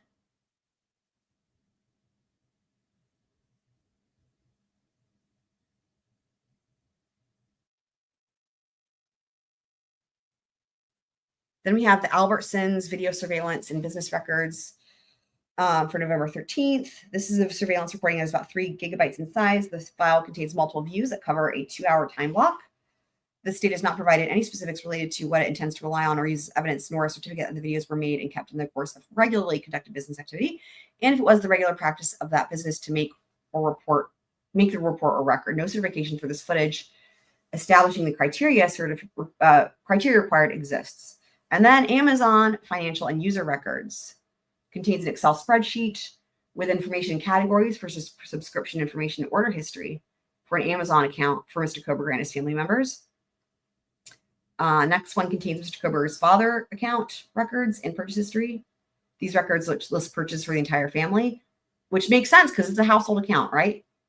The next one contains subscription. It's interesting that they did the father. They singled out Bryan. They singled out the father. You know, again, I keep bringing it up, guys, right? There's things here where the dad could be implicated. And it's interesting because the state must be thinking the same thing or they wouldn't have done this. Right? Why would they single the dad out from the others? The next one contains subscription history, click activity, and sign-in history for the Amazon account for Mr. Kohberger and his family. Next one contains a police report from Michael Douglas. They object specifically to it as a police report, and the prosecution must have a witness testify the contents of the police report.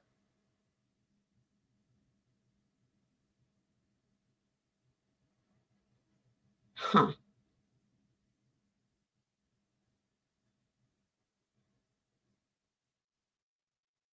He objects to the rest of the requested documents because the records are not a complete record. The court should consider Mr. Kohberger's motion to exclude all Amazon records and expert testimony in conjunction. So this is interesting because this is a police report, right? But then they're also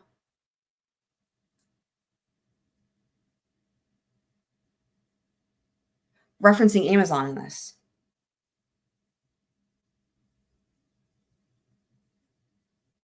I guess they're just saying this, like, it's hard to tell. Like, I don't know how Amazon will be related, but I guess they're just saying for the same reasons as excluding Amazon records.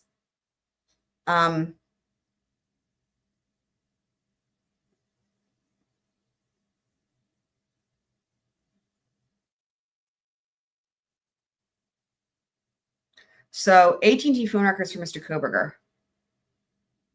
Yeah, I mean, again, my wrongful behavior,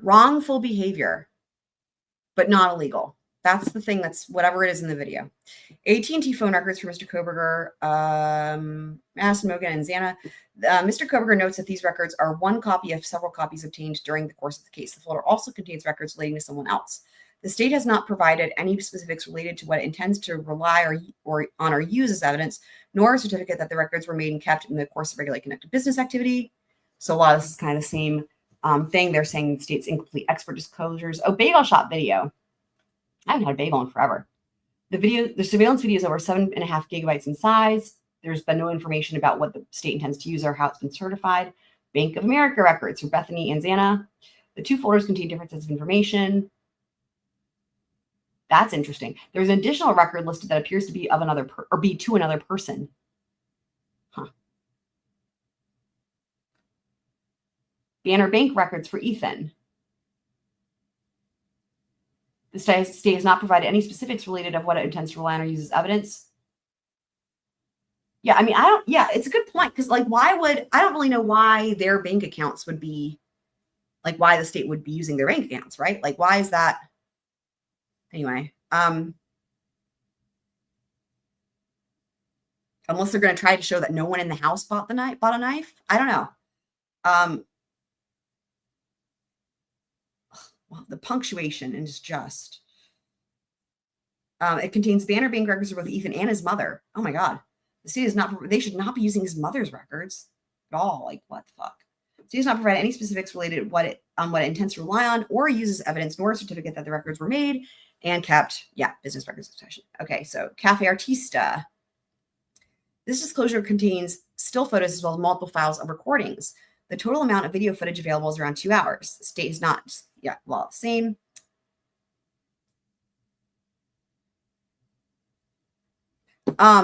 Good question from Tony here. Why witnesses can't they just show the Amazon receipts? Well, if the defense stipulates to it. So evidence can come in, right, guys, without a witness if both parties stipulate. It doesn't happen all that often. We've seen it in some trials. Like, for example, there were some items that were stipulated to for Casey Anthony. There were some items that were stipulated to for Ezra McCandless. It's not really all that common. But basically, if they stipulate, then there's evidence that will come in. Like, for example, just give it Casey Anthony. It was the surveillance videos of her shopping at like Target and shit. Like, there was no witness. It was like the defense reads to the jury, says like, okay, gives the evidence numbers and is like, both parties have stipulated that these are true and accurate. They explain what it is, and there's no witness. And then they play the videos, right? So that can happen.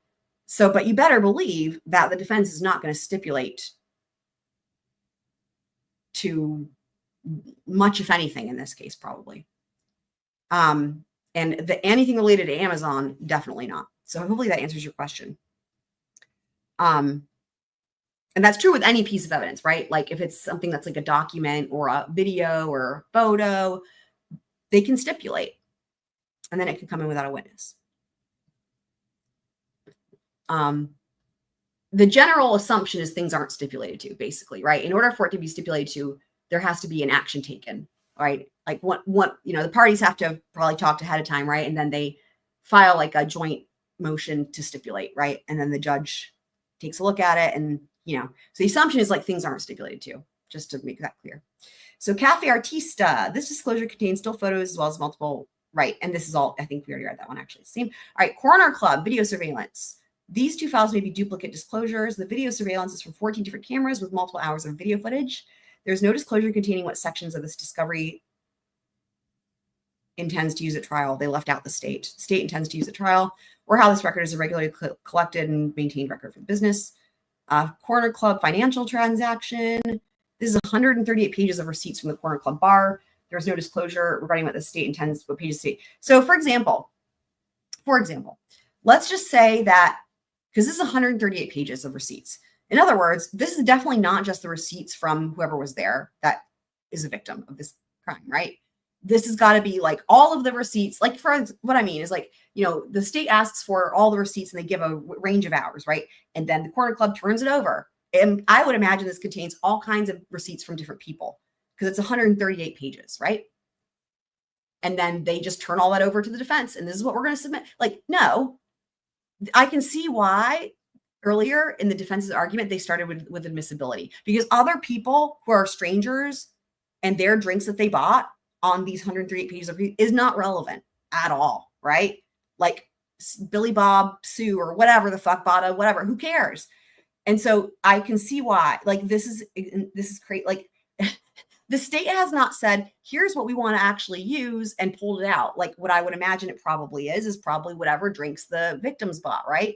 But that wouldn't be 138 pages. Definitely not. So this is crazy. And I totally see why they're bringing in that, not all of this is even going to be admissible, or because it's not going to be relevant, right? And then after that, then you have to address the hearsay. Costco.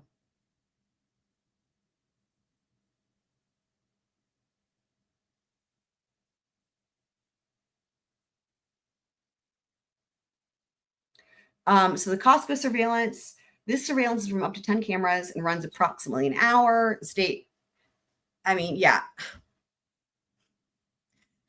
they're like, the state doesn't say what they're going to use or why they're going to use it. There's a trend here, right? Some of the stuff, it's like you can imagine why they're going to use it, but others of it, you can't, right? And it's like tons of stuff and not relevant, some of it. They need to be more specific. Disabled student records regarding Bryan. I would expect to see, the state will file a response. I would expect to see an order from Judge Hippler saying that the state needs to narrow this down as to what they're going to use, what portions, and why. Now that we may be sealed because the why they're going to use it, we probably can't learn that yet. So it may be sealed, but I would expect to see an order that the state needs to get their shit together and narrow down what they're going to use and why they think it's admissible, what is the relevancy, and then they can go from there piece by piece for the hearsay. That's what I would expect. So distilled student records regarding Bryan Kohberger, this disclosure is thousands of pages of documents that are not organized in any fashion. This disclosure involves information related to Mr. Kohberger's calendar, coursework drafts, final drafts, testing, emails, and syllabi for classes while he was a student at DeSales. The state has not specified what out of this extensive and disorganized information it intends to use. Personal school Google account, Right. Okay. Some of this is going to be protected education records. Dick's Sporting Goods record of sale. Copy of a sales record from June of 2022. State does not specify what records. Again, there's a trend here, right? So each one of these, there's a similarity. They've not said what it intends to use, why it's admissible for relevancy's sake, and then also how after that would it get around hearsay. That's the thing. Those are the 3 steps. First, which thing are you using? Second, how is it relevant? Third, how does it get around hearsay? Now we have Discover Financial Records, 33 pages of records for Kaylee. The state has supplied 17 pages, including compliance forms and email. Oh, this record is it's incomplete. I thought it said complete at first. It's incomplete. DoorDash records. Oh boy. For Xana and Ethan. It contains Ethan's DoorDash, but does not contain Xana. So it's missing. The state, dude. So it's like, it's supposed to be for both of them, but they left it out for Xana. Which is interesting, right? Like, why the fuck would they do that? You've got to be kidding me. Okay. The 4/5/23 disclosure is a DoorDash search warrant returns. The warrant returns contain photographs, list of deliveries to 1122 King Road, and span as far back as 2019.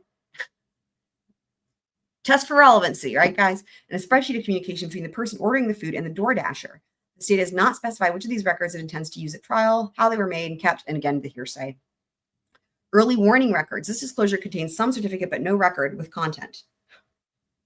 So there's a certificate saying we certified it. It's real, but then the content's missing. Got to be kidding. ELAN financial records for KG. Thanks, guys, for those of y'all in the chat who are clarifying the time here for people who have questions. It makes it easier as I'm reading these because, as y'all know, it's harder to read the chat and also read documents. ELAN financial records. The records contained in this folder related to an account for Kaylee's relative. The state has not specified which of these records it intends to use at trial, how they were made and kept in the course, Yeah, that's all the same.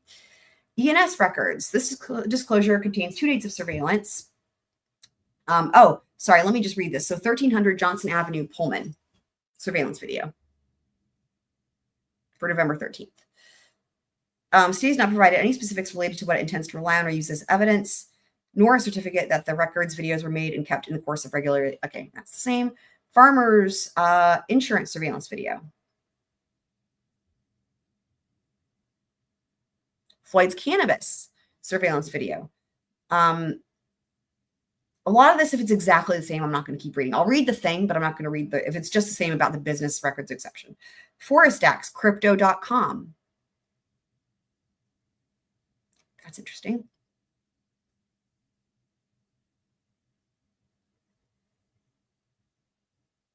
I will say, if what's in the video, okay, going back to the video thing with the traffic stop, if what's in the video is like he's pulled out or whatever, they pull him over and you can see his phone and he's doing something with cryptocurrency, I would also say that could be one of the things.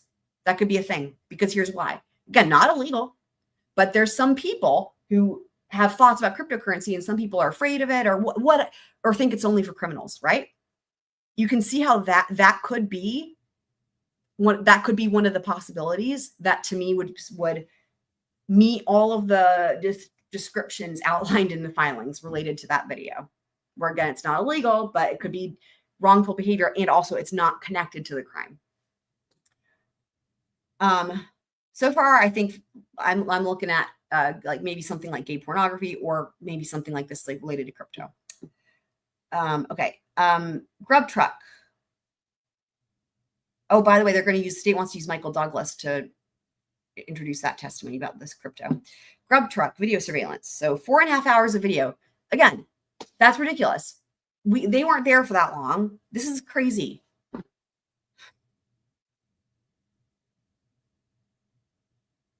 Because 3 hours, for the sake of the example, like 3 hours of grub truck video of other people who are not the victims or have anything to do with anything, going there and eating their food is not relevant. Therefore, it's not admissible. And so, but the fact that the state's handing it all over like they're going to introduce it is crazy. Just like the thing with the corner club receipts. Harbor Freight. Shout out to Harbor Freight. I freaking love Harbor Freight. Oh, thanks, Twiz, for that. Yeah.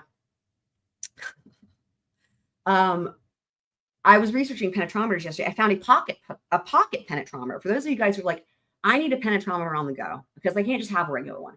You can get a pocket penetrometer on Amazon for like 40 something bucks. And all the penetrometers have like a max hardness scale. It tells you when it reaches max hardness. Harbor Freight. Yes, love Harbor Freight. Purchase fees from Harbor Freight. Love it. Love Harbor Freight. Idaho Central Credit Union for Madison Mogan. Oh, Idaho Mountain Lake Surveillance and Records. Oh, but it does not contain surveillance. Right. That would be too easy, wouldn't it? Contains records of entry in a visitor's log.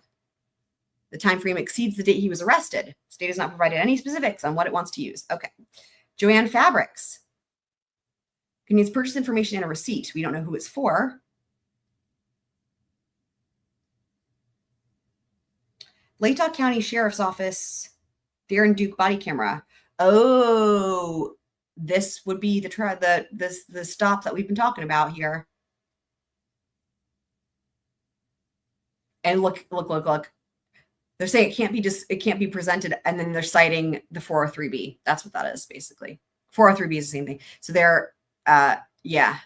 I think also, actually, no, sorry, that's going to be hearsay. They're saying they can't get around it with hearsay, with an exception to hearsay. That's what they're saying. Which is irrelevant if they're intending it or if they're offering it for an identity. But anyway,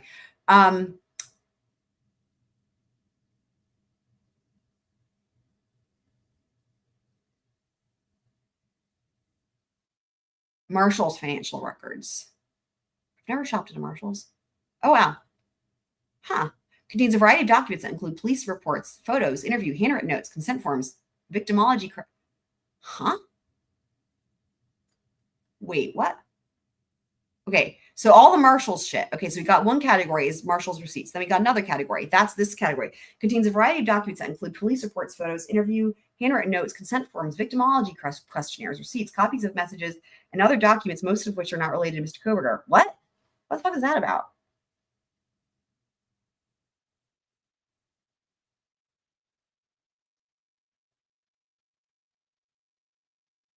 I mean, I'm thinking it's something along those lines, guys, right? Something like that. Yeah, maybe he had a penetrometer. Are you saying you think that's in the store, maybe, Tony? The Marshalls? Are you saying following the victims? I mean, any of this would just be, we don't know, right? But I appreciate that y'all are offering potential reasons why the state would want to use it, because we don't know. Victimology questionnaires.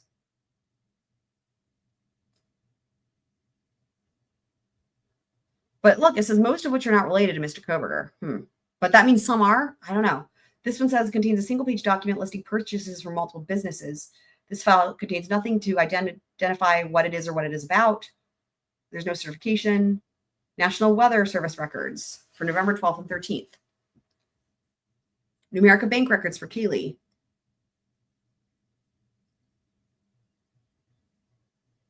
PayPal, Venmo, financial records. Shout out to ABCs. Welcome.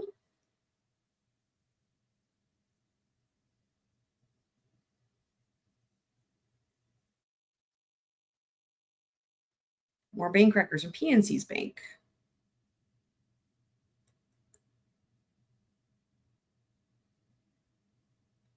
Pentella. The fuck is that?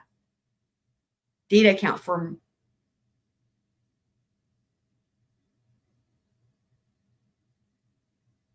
MK and MAK.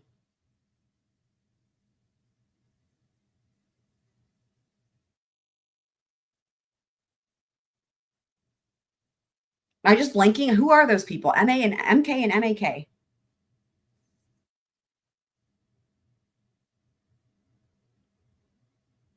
Why am I like, I'm not, that's not ringing a bell. Are those new characters?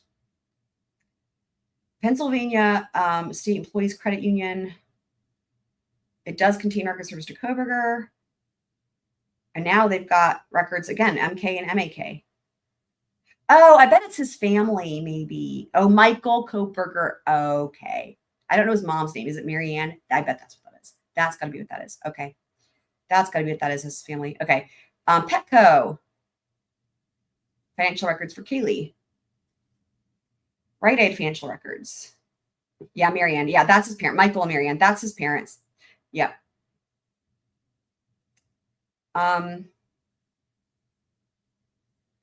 Ross financial records. Sunset Mark surveillance video. Okay. This disclosure contains surveillance data from several cameras. There are 11 separate folders containing subfolders of footage. The recordings provide hours and hours of surveillance footage. The state has not provided any specifics related to what it intends to rely on or use as evidence, nor a certificate that the records/videos were made and kept in the course of regularly conducted business activity, and if it was the regular practice of that business to make a report or a record. Sunset March.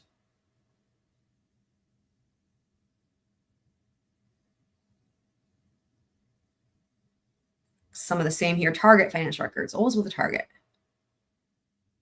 This disclosure contains a letter to Agent Douglas stating they're providing the records for DM and BF from Target. The disclosure provides certification stating 5 pages of documents are provided. The state has disclosed 6 pages of documents. That's interesting.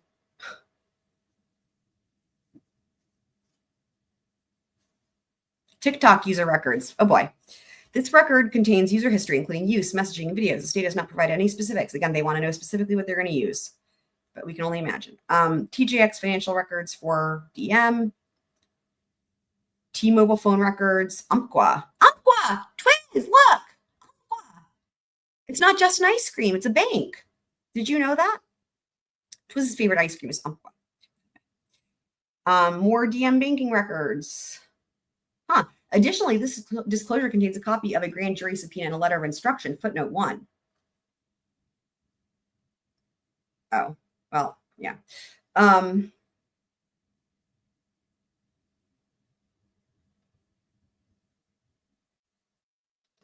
Under Armour transaction records. I mean,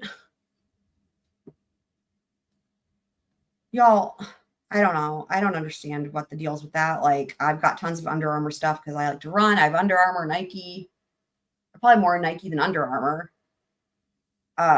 Puma, whatever. Just whatever. U.S. Chef Store.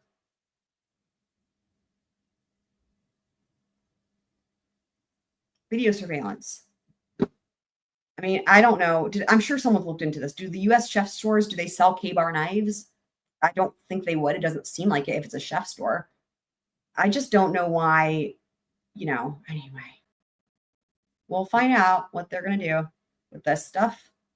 More typos. I just can't with it. Ulta financial records. Okay. So KG and MM. It would have been more interesting, though, if the Ulta financial records had Bryan Kohberger, right? Like, a little bit like, some makeup going on, whatever.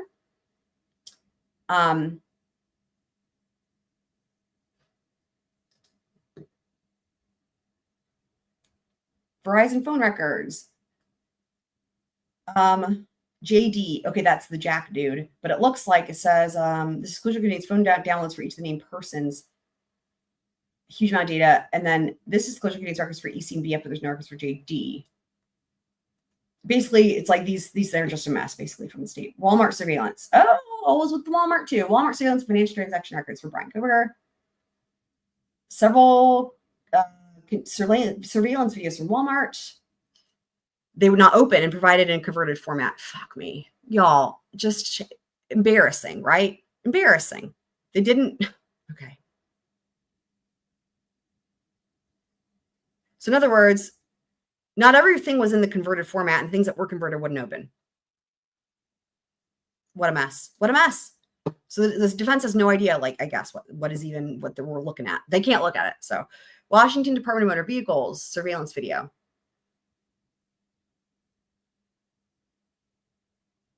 For November 18th.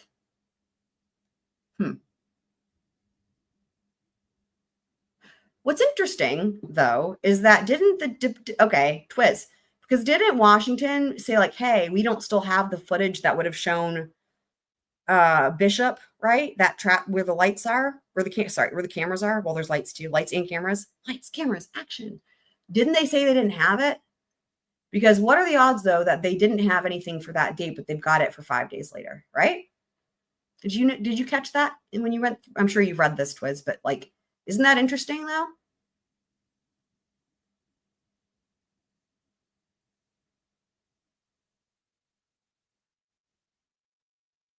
So then where's I can't remember now why.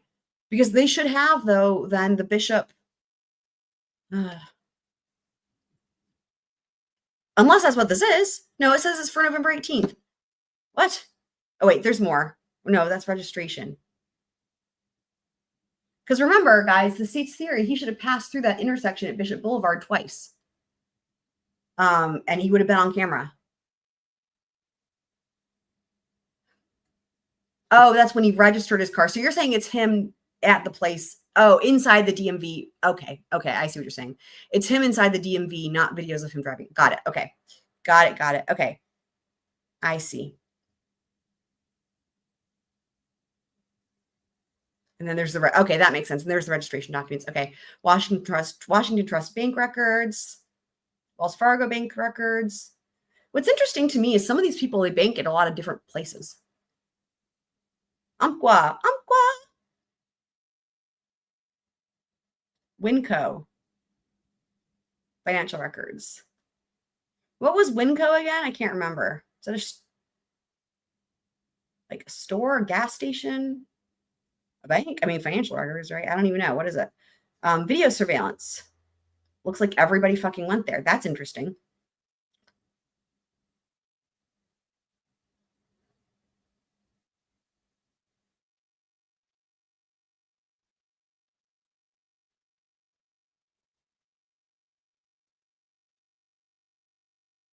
Wow. Oh, it's a grocery store. Thank you. Yeah, they all BF, DM, KG, MM. Now, what it looks like is BK's not there then, right? Like, it doesn't even say, it says there's no financial records relating to Bryan Kohberger with Winco. And then the video surveillance, there's no BK. So the roommate's shopping at Winco. Winco food receipts only? Huh. Okay, now WSU video surveillance. WSU parking records.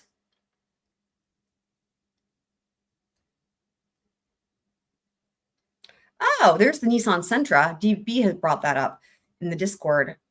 Interesting. That's interesting. Vehicle spreadsheet seeking. That is interesting.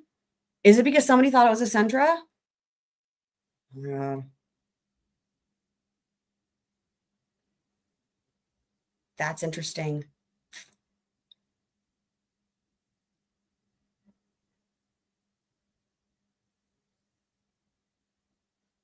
I mean, I want to see something crazy, but I don't think you can. How are you going to show us, though, in chat?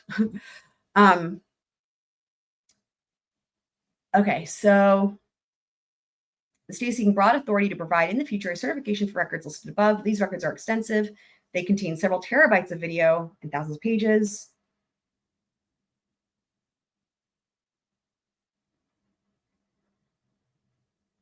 He was provided with a copy of a federal grand jury subpoena inadvertently. Good job, state.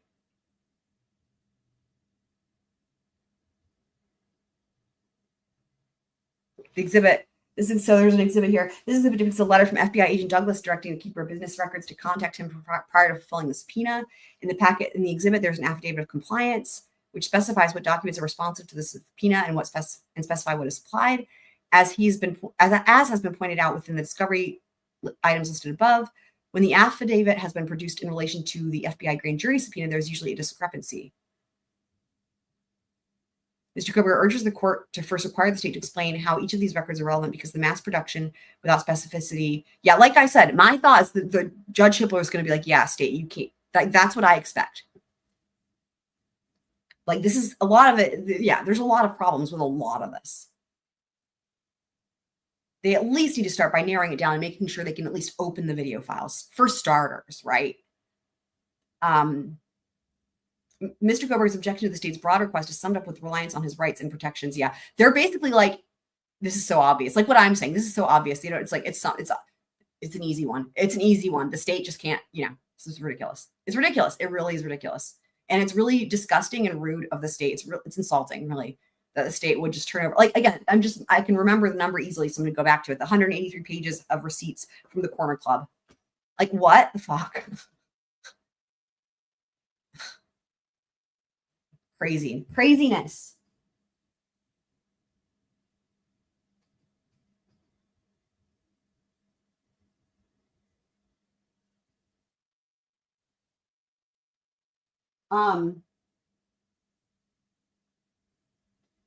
Oh, Twiz, did you send me something on Discord? Okay, let me see here.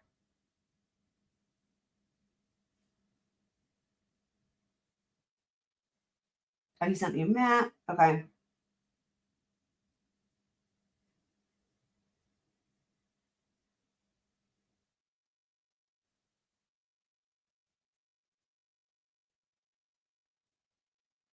The Winco. Okay, it's related to the Winco. Hold on, let me go back to this then.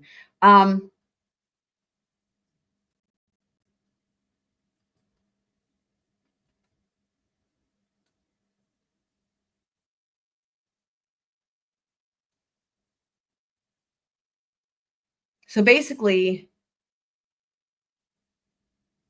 there's a Winco. Okay, so what I'm not sure. Okay, so what I'm looking at here is now. So the Winco is close to the house, right? So in other words, this is a grocery store close to the house, and it looks like the kids all shop there. That makes sense, right? You go to the grocery store close to your house. Yep. But what I don't understand, so they're calling something Winco financial records for Mr. Kohberger, but it doesn't contain his financial records. So, and then in the video surveillance, it doesn't show. So I don't know. I'm not quite sure what we're supposed to make of this. I mean, right? I know, Joanne Fabrics. I got to kick out of it also. I'm like, you got to be kidding me. I mean, of all of the things, that's got to be one of the first times. I doubt it happens very often where Joanne Fabrics is brought into a murder trial. Oh, and I did notice that too. I didn't point it out, but yeah, I did notice it's 11 to 13 Halantra. Yeah. Thank you for also articulating that to Twiz. Okay, Twiz is saying, see how they are in a straight line from the tower.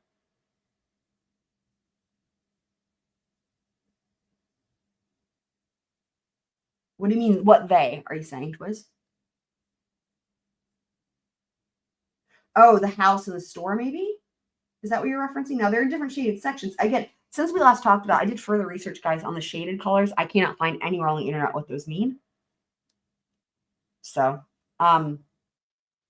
but I see what you're saying. They're in a straight line from the tower. Yeah, okay.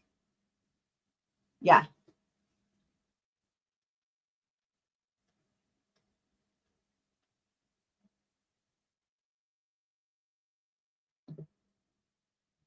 The shaded areas are, did you find that out? Chest sectors? I mean, that's what it kind of looks like, but I never wanted to assume. And looking online extensively, nothing explained those colors. Whenever it was explained colors, it was like the colors of the dots, which is useless. So you're saying there's sectors? Okay.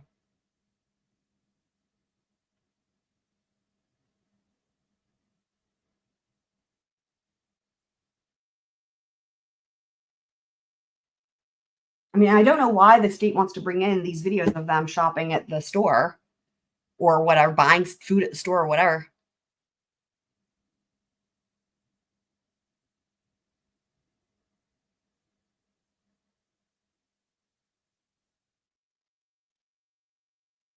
Well, I don't know what you mean this. Like anybody, here's the thing.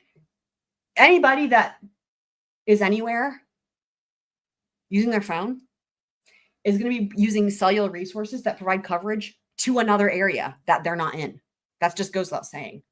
right? Like I never, like that statement is completely meaningless. Like, okay, when Ashley Jennings said that, utilizing cellular resources that provide coverage to 1122, what that means is they don't have them, like, it means nothing. And because it means nothing, it's actually worse that she says it, in my opinion, if you're the state. Like, it's embarrassing. Like, it's so meaningless that to say it is, I guess you say it so that people who don't understand how things work think it means something it doesn't mean. But anybody that understands how things work, it's like,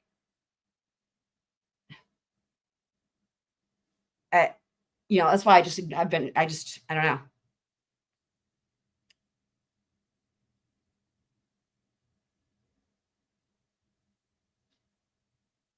I mean, I don't discount, I'm not saying it's not a straight line. I'm sure it is a straight line. But what I'm saying is he doesn't even have to be at the Winco. Like, here's the thing, this is my point. If somebody's trying to say, oh, the reason the city utilized cellular resources that provide coverage to 112 King Road, and it's because he was at the Winco, he doesn't even have to be at the Winco. That's what I'm saying. He could be to the left of the Winco, he could be to the right of the Winco. And also, the Winco shit, right? Like, looking at this, doesn't include him. Neither video or financial records. So,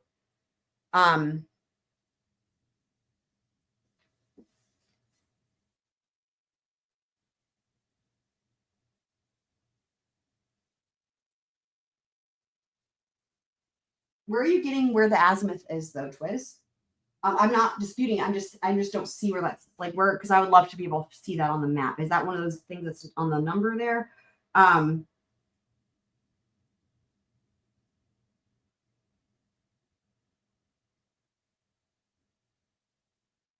But like, if you just even look at a straight line and then you look at the sector, it's a broad area. It's a broad area. So my point is like, this is why that's why her saying that was useless to me.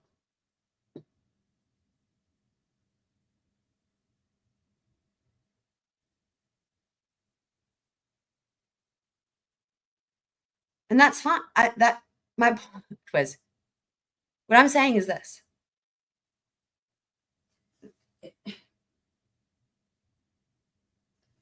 It is not the case that there's an azimuth there that literally you will only ping off of that same, that's that azimuth of the tower if you're only at literally only those two places, either Winco or 112 King Road. That's it. If you're anywhere else, no, that's my point. My point is that it's, am I making sense? Like, it's not,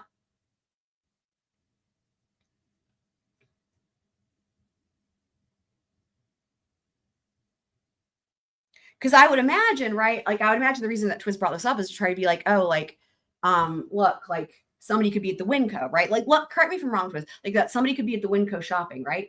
And utilizing the same resources as 112 King. Is that why you brought it up?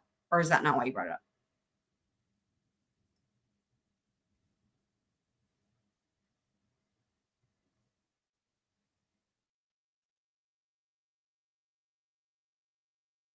Well, of course they did. Of course they did. He's saying they had the azimuth and assumed he was at the house. Of course they did. That doesn't surprise me.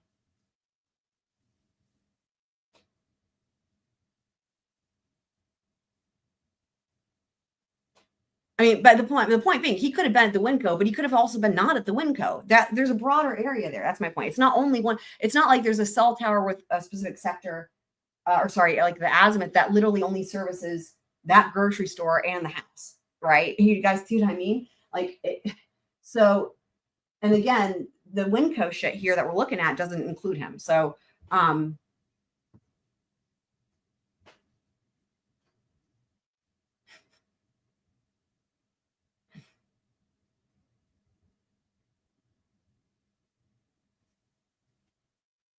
the azimuth is like the portion of the tower. Each tower has 3, right? There's 3 azimuths for each tower. And then they draw lines from that go out in like a triangular fashion.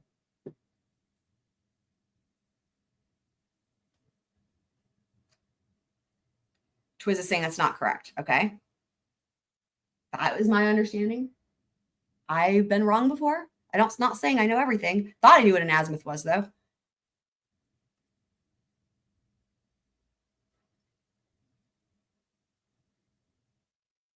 I would think that if he was at the Winco, though, I would think that the state would want those records, right?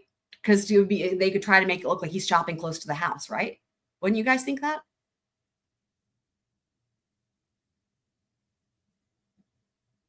Okay, we're saying the same thing. Twiz is saying the azimuth is the angle, the signal, right? The angle, though, comes from which portion of the tower. You're talking about how it's getting to the phone. I'm talking about how it's coming from the tower, but it's the same thing. It's going at an angle from the tower to the phone. So we are saying, I believe, the same thing. I described it from the tower perspective, right? But anyway, do you guys see what I mean? How like if there were records of him shopping at that Winco, on whether it be a receipt or surveillance, well, don't you guys think the state would want to bring that in to try to make it look like he's always there, like he's there because it's close to the house? I would think so.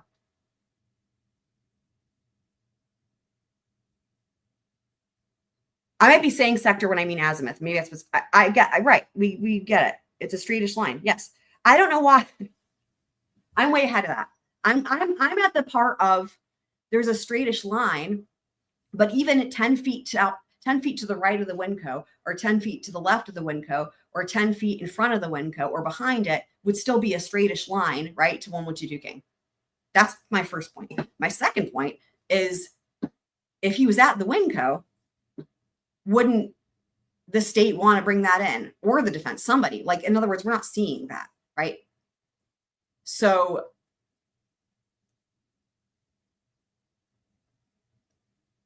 I could see the state wanting to use it to be like, look, he's shopping there because it's close to the house. I could see the defense wanting to use it to be like, look, that's where he was instead, or whatever the case may be. But regardless, that's not what's being presented. What's being presented is everybody but BK at that Winco.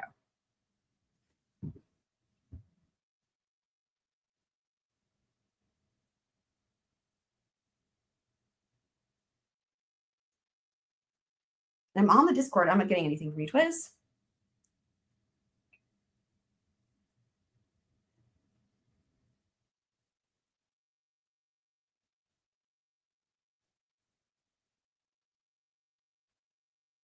That's hilarious, Heather. That is hilarious.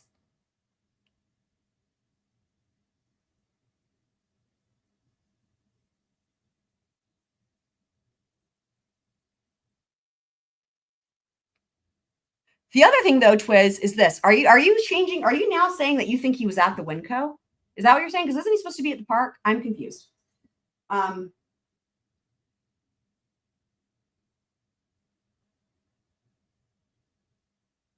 Twiz added a straight line to the picture. I get it. I can see with my eyeballs that it looks like it's a straight line. I don't know what I'm missing here. She's literally quoting Ashley Jennings. That's hilarious.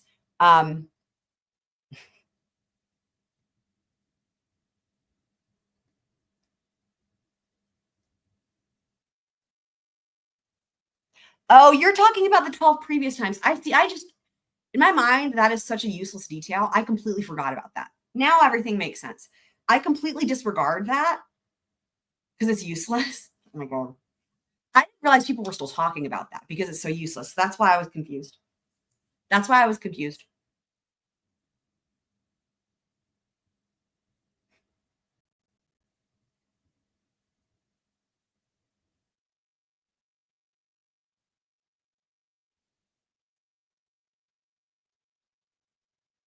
So now I see what you're saying. Okay, now I see what you're saying. I just completely forgot about that because I think it's the dumbest thing. So it literally was not even in my brain had forgotten. Okay, so I get it now. Okay, so basically they're trying to say, okay, the state's trying to say that Bryan was at the house and that the students were not home, I guess. I mean, if somebody's, I don't know what the state's trying to show with this. That's okay. Yeah, and well, that's the other. If he is at the Winco, the defense will bring that in, right? Yeah, clearly, right? It's so funny, shit like this, right?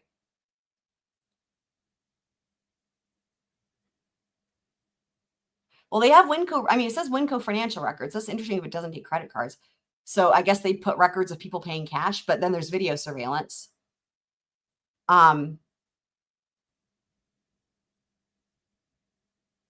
It's that is I'm here with the Heather with this one, that I just literally, I'm not going to waste the mental energy on this before the house thing. I think it's fucking dumb. That's why I was confused. Does this make sense to you guys why I was confused? And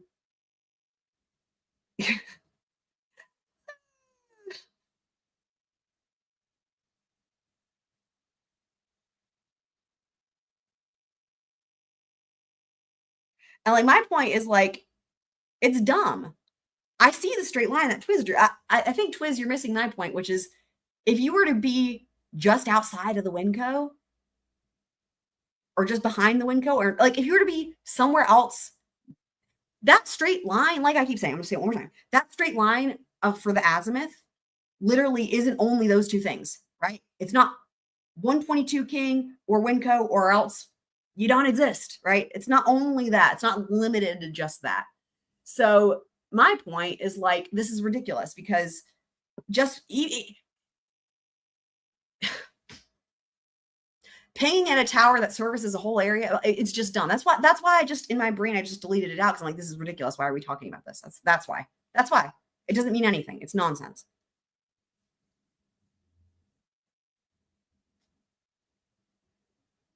That sucks, Kane. Oh, do you deliver for Uber?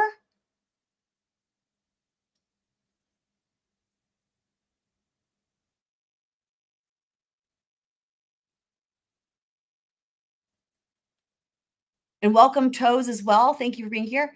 Toes is saying that they do take credit cards. Twiz is saying they don't. Look, like,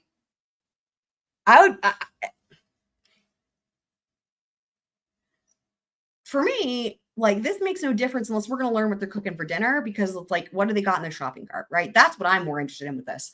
In the video surveillance, what are they cooking for dinner? Like, you know, I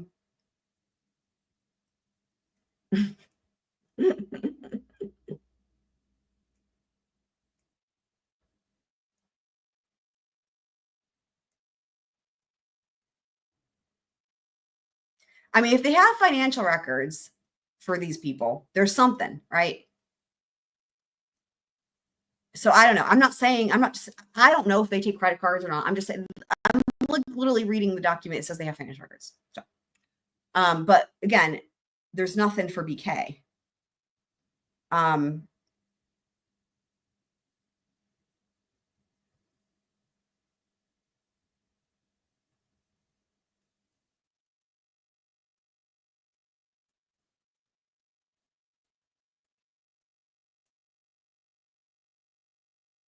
It does say hard drive for 4/5/23, which is interesting. I don't know if that's a typo or if it's just that they didn't get it until then, but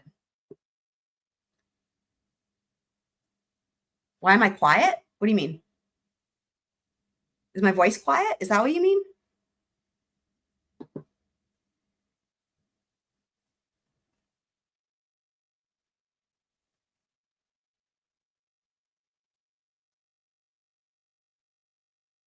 Oh yeah, right. Oh, that's right. Yeah, debit card. Right. There's debit cards. So is the question though, does Winco not take credit cards, but they do take debit cards? I don't know. Am I being quiet? I don't know. That's true. I care. I said so. He's going through a nightmare with Uber. It's terrible. It looks like he said he can't start deliveries, which I didn't know if he drove for Uber, but that's what that sounds like, and that sucks if that's the case.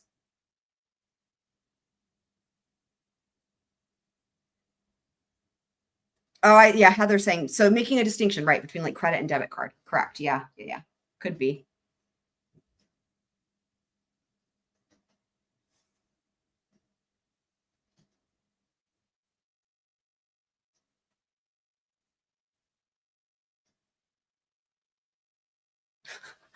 Like a Flintstone car. So here's the thing. So here's what we're going to do next. Give me just a second.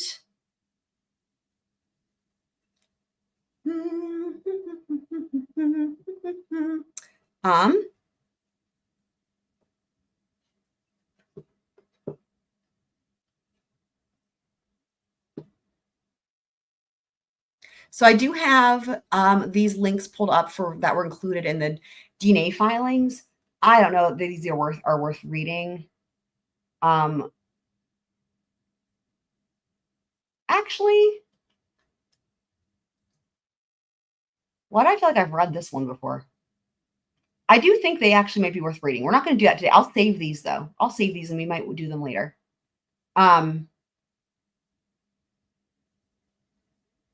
Bike delivery. There you go. Okay, so what we're going to do though is this.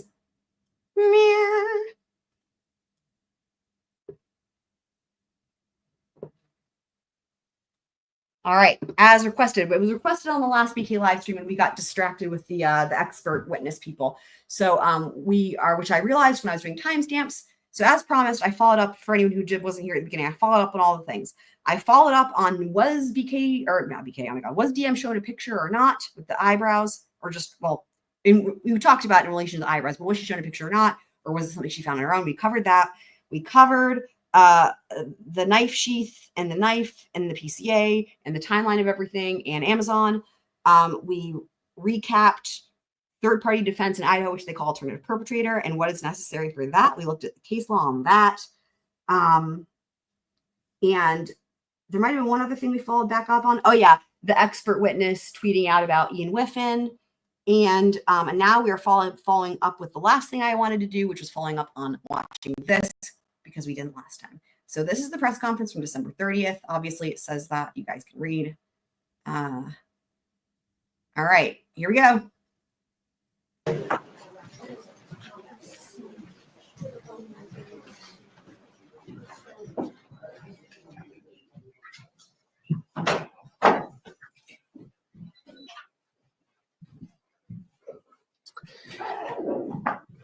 Thank you for coming today. Last night, in conjunction with the Pennsylvania... Sorry, I just want to say for the record that I was right about Naz. Twiz and I are saying the same thing. Like, he drew that straight line, right? It's one and the same. The angle from which it leaves the tower and then it goes outward, right, is like the angle at which it hits the phones, right? So, yeah.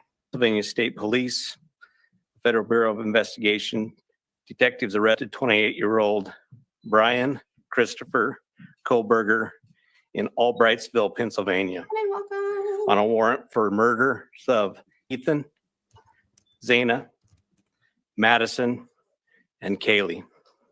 I want to personally thank these agencies for their assistance in this case. Kohberger resides in Pullman, Washington, and is a graduate student at Washington State University. We'll provide as much information as we can about the extradition to Idaho and the criminal process. However, due to Idaho state law, we are limited in what information we can release today until Kohberger has his initial appearance in Idaho court. I want to express my appreciation to our local community, the people of Idaho, and those throughout our nation who provided information to help us investigate these murders has been very impressive. We've received over 19,000 tips, and we've conducted over 300 interviews. To recap this case, on the evening of November 12th, Kaylee and Madison arrived home at about 1:56 a.m. after visiting a local bar and street food vendor. Ethan and Zana were at the Sigma Chi house before arriving home around 1:45 a.m. The two surviving roommates had also been in the community but returned around 1 a.m. On the morning of November 13th, a 911 call was made at 11:58 a.m. reporting an unconscious person at the residence. That's not correct. It was 11:56. The call came from inside the home from one of the surviving roommates' cell phones. Inside the home. Okay, let me just preface this. I'm not saying that everything that he's saying is accurate, right? That probably goes without saying. But my interpretation of reading that transcript and everything, and just even before we had that, Like my thought when the 911, like when this first all happened, my thought of like calling 911, I pictured a scene outside the house. That was before we even learned that they're passing the phone around and they're talking to the neighbors. And it still seems, again, it's just even more so after even trans, it seems clear to me that they're outside the house and they have to go inside, right? But anyway, just. Moscow police responded and found 2 victims on the 2nd floor and 2 victims on the 3rd floor. On November 17th, autopsies were conducted and the Latah County coroner confirmed the identity of the 4 victims. The cause and manner of death was homicide by stabbing. Some had defensive wounds and each had been stabbed multiple times. These murders have shaken our community, and no arrest will ever bring back these young students. However, we do believe justice will be found through the criminal process. This was a very complex and extensive case. We developed a clear picture over time, and we stand assured that the work is not done, but be assured the work is not done. This has just started. Since November, we have remained laser focused on pursuing every lead in our pursuit of justice for the victims and their families. I recognize the frustration with the lack of information that's been released. However, providing any details in this criminal investigation might have tainted the upcoming criminal prosecution or alerted the suspect of our progress. We will continue to provide as much information as we can as the process moves forward. Today, I want to specifically thank our dedicated Moscow Police Department detectives, patrol officers, the Idaho State detectives, the Idaho State troopers, and their crime lab technicians and scientists, and the Federal Bureau of Investigation for the resources and personnel to conduct this massive investigation. It was the dedication of them and the persistence and the numerous hours that led to an arrest. Fortunately, these highly skilled people worked together as a cohesive team to solve this case. What was it we were reading where I was like, oh wow, they're just repeating the same thing? Oh, it was in Karen Reed. We were watching the Morrissey video, and I was like, wow, like, because before we watched it, I was like, why is Bryan so hyper focused on like this whole thing about Karen Reed partnering up with Turtle Boy and like harassing the witnesses or whatever? I was like, this is so, like, why is he so hyper focused on this? And then we were watching that, and I was like, oh my God, he's literally, that's like what the entire video was about, because D.A. Morrissey was making the witnesses, like the McAlberts, right, into victims. And like, that was all he was talking about. And he mentioned them more than he mentioned John O'Keefe. And I'm having a deja vu moment here where this part about the massive investigation, right? And so I had double deja vu. I like deja vu, but then I was like, wait, hold on. It wasn't even this case. It was like a different case. Like, holy shit. Troopers. Actually, I guess that's like quadruple deja vu. Kind of like triple extortion. Their crime lab technicians and scientists, and the Federal Bureau of Investigation for the resources and personnel to conduct this massive investigation. It was the dedication of them and the persistence and the numerous hours that led to an arrest. Fortunately, these highly skilled people worked together as a cohesive team to solve this case. I also want to thank our community and the nation. Over the past 6 weeks, I've been continually reminded of how much our community cares. Locally, public support has been exceptional with kind words, food for investigators, and letters of support. You will never know how much your words of encouragement help us through these trying times. Yeah. I appreciate each of you and each of your kindness. Agencies and individuals from across the nation have reached out to us to express their support to this department. I'm reminded how our Moscow community, our families, and the nation has been impacted by this daily. Finally, I do want to thank our media partners for the help. You kept this in the news. You helped us with tips, you kept things going, and we truly appreciate that. And you are the product of those 19,000 tips that we received, which is an impressive number. I would like to invite Bill Thompson, the county prosecutor, up at this time. So I'm going to play a little bit more of this, and then I want to go back to the beginning because I have a lot of things I want to say, but I want to watch a couple chunks of this before I pause it because there's a lot of interesting things that I want to point. I haven't actually watched this, I don't think, since around this time.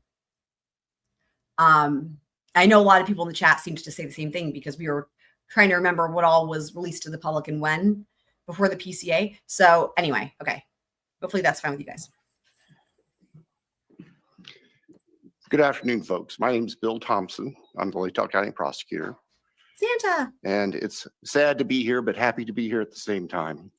As Chief Fry indicated, a criminal complaint was filed yesterday here in Latah County, charging the defendant, Mr. Kohberger, with 4 counts of first-degree murder, in addition to felony burglary, which involves entering the residence with the intent to commit the crime of murder. Mr. Kohberger, and let me preface, there is a pending case now in court, and I and my office and the investigators have to live with the restrictions that our Supreme Court places on pretrial publicity. That said, I promise you we will share with you through the court process or otherwise whatever we are allowed to. I just appreciate your patience on that. The factual basis for the charges are summarized in what's called a probable cause affidavit that is on file with the court. According to the rules of the Idaho Supreme Court, that is sealed until Mr. Kohberger is physically back in Latah County and has been served with the Idaho arrest warrant. At that time, we expect that that affidavit will be available to you so you can share the true facts with all of your readers and your watchers and your listeners and all the people who are interested and really need to know what's going on. So please have patience with us on that. We hope to get that to you as soon as we can. As far as Mr. Kohberger, I can share with you that he is a graduate student at Washington State University and has an apartment residence over in Pullman. He has had an initial appearance in front of a judge in Pennsylvania. He is being held without bond, and the warrant from our magistrate judge here also provides for no bond. We understand that he's scheduled to be back in court in Pennsylvania next Tuesday afternoon, and that a public defender has been appointed for him there. The process at this point is, since he was arrested in another state, he has the opportunity to either waive extradition and return voluntarily to the state of Idaho, or if he prefers not to waive extradition, then we will initiate extradition proceedings through our governor's office. If we do that, it can take a while for him to get here. So again, I'm asking for your patience and understand that's just the way the system works. Once he gets here, he'll have an initial appearance with our magistrate. They'll deal with issues such as making sure counsel is, competent counsel is representing him, and the case will be scheduled for further hearings. Your primary source of factual information is going to be the court record, because that's what the Supreme Court says we need to refer you to. So please pay attention to what's going on in court and have people there to watch and hear what's being said. As an attorney, myself and my office, we are limited on what we are allowed by the courts to say outside of the courtroom. So please just work with us. Finally, as the chief indicated, this is not the end of this investigation. In fact, this is a new beginning. You all now know the name of the person who has been charged with these offenses. Please get that information out there. Please ask the public, anyone who knows about this individual, to come forward, call the tip line, report anything you know about him to help the investigators and eventually our office and the court system understand fully everything there is to know about not only the individual, but what happened and why. Next, I'll introduce Colonel Ked Wells from the Idaho State Police. Thank you. Well, good afternoon. My name is Kedrick Wills. I serve as the director of the Idaho State Police, and certainly want to express our appreciation for your. And shout out to Happy Annie. Okay, so that's a good point. So I want to I'm going to go back because there's certain things I think are interesting. Let's go back. And maybe I'll put out 1.25 since we're reviewing some of this, but I wanted to tie some of this together with things I think are especially interesting in hindsight. Annie has command now, guys, by the way. Woo! Thank you for coming today. Last night, in conjunction with the Pennsylvania State Police, Federal Bureau of Investigation, detectives arrested 28-year-old Bryan Christopher Kohberger in Albrightsville, Pennsylvania, on a warrant for murders of Ethan, Zana, Madison, and Kaylee. Actually, it seems I want to personally thank these I don't know, it seems kind of weird on 1.25 for this. I don't know why. Let's put it on normal speed. See, it's like harder to even listen to, I think. agencies for their assistance in this case. Kohberger resides in Pullman, Washington, and is a graduate student at Washington State University. We will provide as much information as we can about the extradition to Idaho and the criminal process. However, due to Idaho state law, we are limited in what information we can release today until Kohberger has his initial appearance in Idaho court. I want to express my appreciation to our local community, the people of Idaho, and those throughout our nation who provided information to help us investigate these murders has been very impressive. We've received over 19,000 tips. This is one of the things that caught my attention. And we've conducted over 300 interviews. So did any of you guys, I'm sure you did, but like, this is just so interesting. Notice how many times they talk about the tips in the interviews and the help of the public, when it's very interesting, right? Because it's like, I'm sure we can imagine why. Because we know none of those tips led anywhere. None of them. Literally, there's no tips that led anywhere with this. But it's clear that they want people to think that that is how they got to him, right? To recap this case, on the evening of November 12th, Kaylee and Madison arrived home at about 1:56 a.m. after visiting a local bar and street food vendor.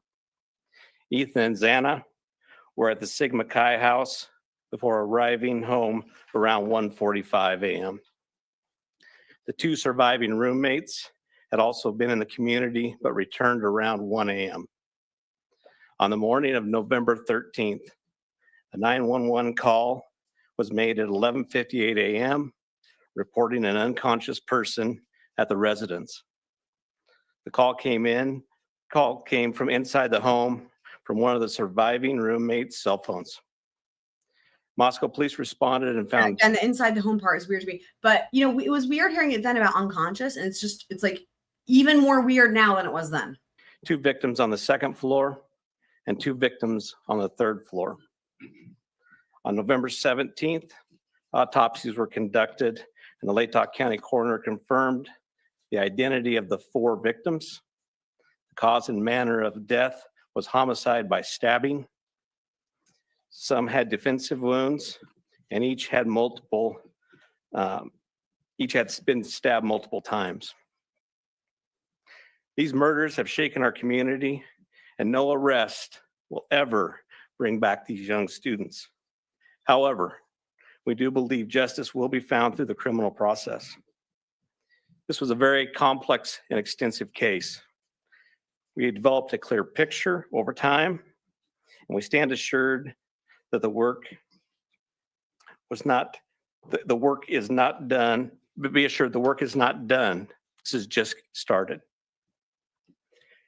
Since November, we have remained laser focused on pursuing every lead in our pursuit of justice for the victims and their families. I recognize the frustration with the lack of information that's been released. However, it's like especially gross when it's like, again, think about this and how hard they fought to keep the IGG out, right? Listen to this and think about it. They fought like hell to keep the IGG out, right? Was not the work and case bring back these young students. However, we do believe justice will be found through the criminal process. This was a very complex and extensive case. We developed a clear picture over time, Over And I time. stand assured Over time. Like everything he's saying is like what normally happens in a case, right? Or like they develop things over time because it boots on the ground, right? Boots on the ground, like the shoe leather detective work, right? that the work was not, the work is not done, but be assured the work is not done. This has just started. Since November, we have remained laser focused really fun. on pursuing every lead in our pursuit of justice for the victims and their families. Oh yeah, the every lead. There was just the one tip, just the one tip. Meg's got to go mod. Are defense diaries going live? I mean, I know, right? Heather's. I recognize the frustration with the lack of information that's been released. However, providing any details in this criminal investigation might have tainted the upcoming criminal prosecution or alerted the suspect of our progress. We will continue to provide as much information as we can as the process moves forward.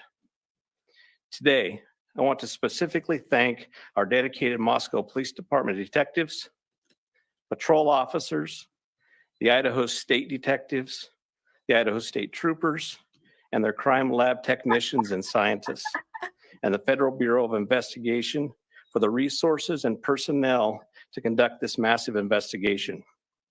It was the dedication of them and the persistence and the numerous hours that led to an arrest. Fortunately, these highly skilled people worked together as a cohesive team to solve this case. I also want to thank our community and the nation. Again, all of this, when you look at what really happened, you can, y'all, we all know. I mean, it's like the FBI, the IG, just the tip, turn it over, bam, done. All of this is just, yeah. Over the past 6 weeks, I've been continually reminded of how much our community cares. Locally, public support has been exceptional with kind words, food for investigators, and letters of support. You will never know how much your words of encouragement help us through these trying times. I appreciate each of you and each of your kindness. Agencies and individuals from across the nation have reached out to us to express their support to this department. I'm reminded how our Moscow community, and it's like our families, when the department didn't do anything, and the department wanted all the credit, and that's why they kicked the FBI out of the case. It's that whole thing, turf wars, small town community turf wars with the MPD and the, and the FBI. And the nation has been impacted by this daily. Finally, I do want to thank our media partners for the help. You kept this in the news. You helped us with tips. You kept things going, and we truly appreciate that. And you are the product of those 19,000 tips that we received, which is an impressive number. I would like to invite Bill Thompson, the county prosecutor, up at this time.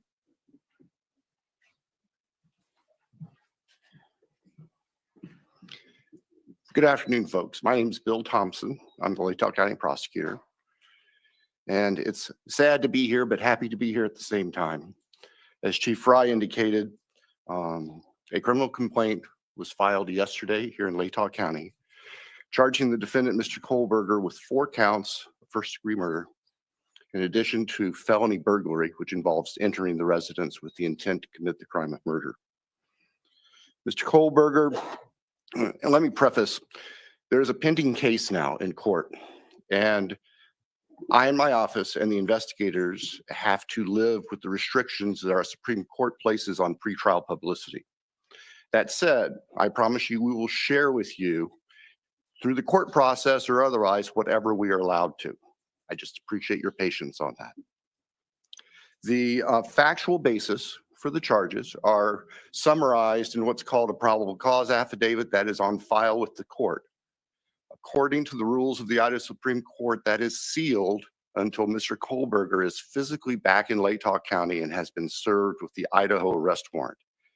At that time, we expect that that affidavit will be available to you so you can share the true facts with all of your readers and your watchers and your listeners, and all the people who are interested and really need to know what's going on. So please have. And I just have to say, like, at the time, I hate misinformation, y'all know. I was like really glad because I was like, thank God, like, y'all know, because like my whole thing, right? I stick to the court filings, I stick to the hearings, I stick to that, and I don't get into all the rest of it.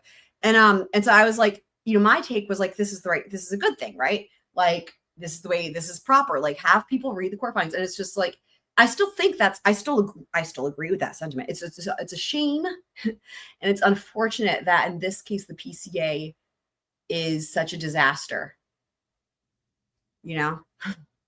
Patience with us on that. We hope to get that to you as soon as we can. As far as Mr. Kohberger, I can share with you that he is a graduate student at Washington State University and has an apartment residence over in Pullman. He has had an initial appearance in front of a judge in Pennsylvania. He is being held without bond, and the warrant from our magistrate judge here also provides for no bond. We understand that he's scheduled to be back in court in Pennsylvania next Tuesday afternoon, and that a public defender has been appointed for him there. The process at this point is, since he was arrested in another state, he has the opportunity to either waive extradition and return voluntarily to the state of Idaho, or if he prefers not to waive extradition, then we will initiate extradition proceedings through our governor's office. If we do that, it can take a while for him to get here. So again, I'm asking for your patience and understand that's just the way the system works. Once he gets here, he'll have an initial appearance with our magistrate.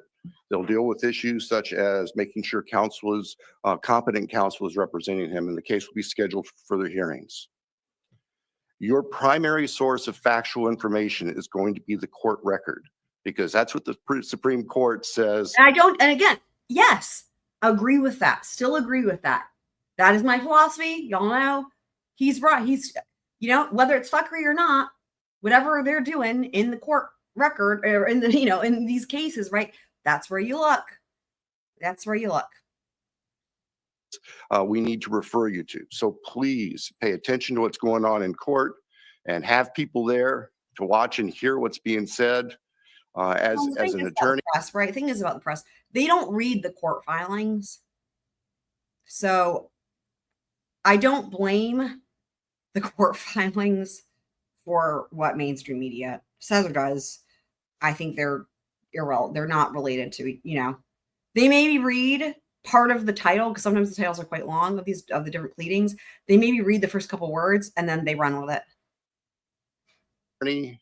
Myself, my office, we are limited on what we are allowed by the courts to say outside of the courtroom. So please just work with us. Finally, as the chief indicated, this is not the end of this investigation. In fact, this is a new beginning.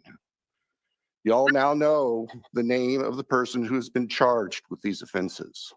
Please get that information out there. Please ask the public, anyone who knows about this individual, to come forward, call the tip line.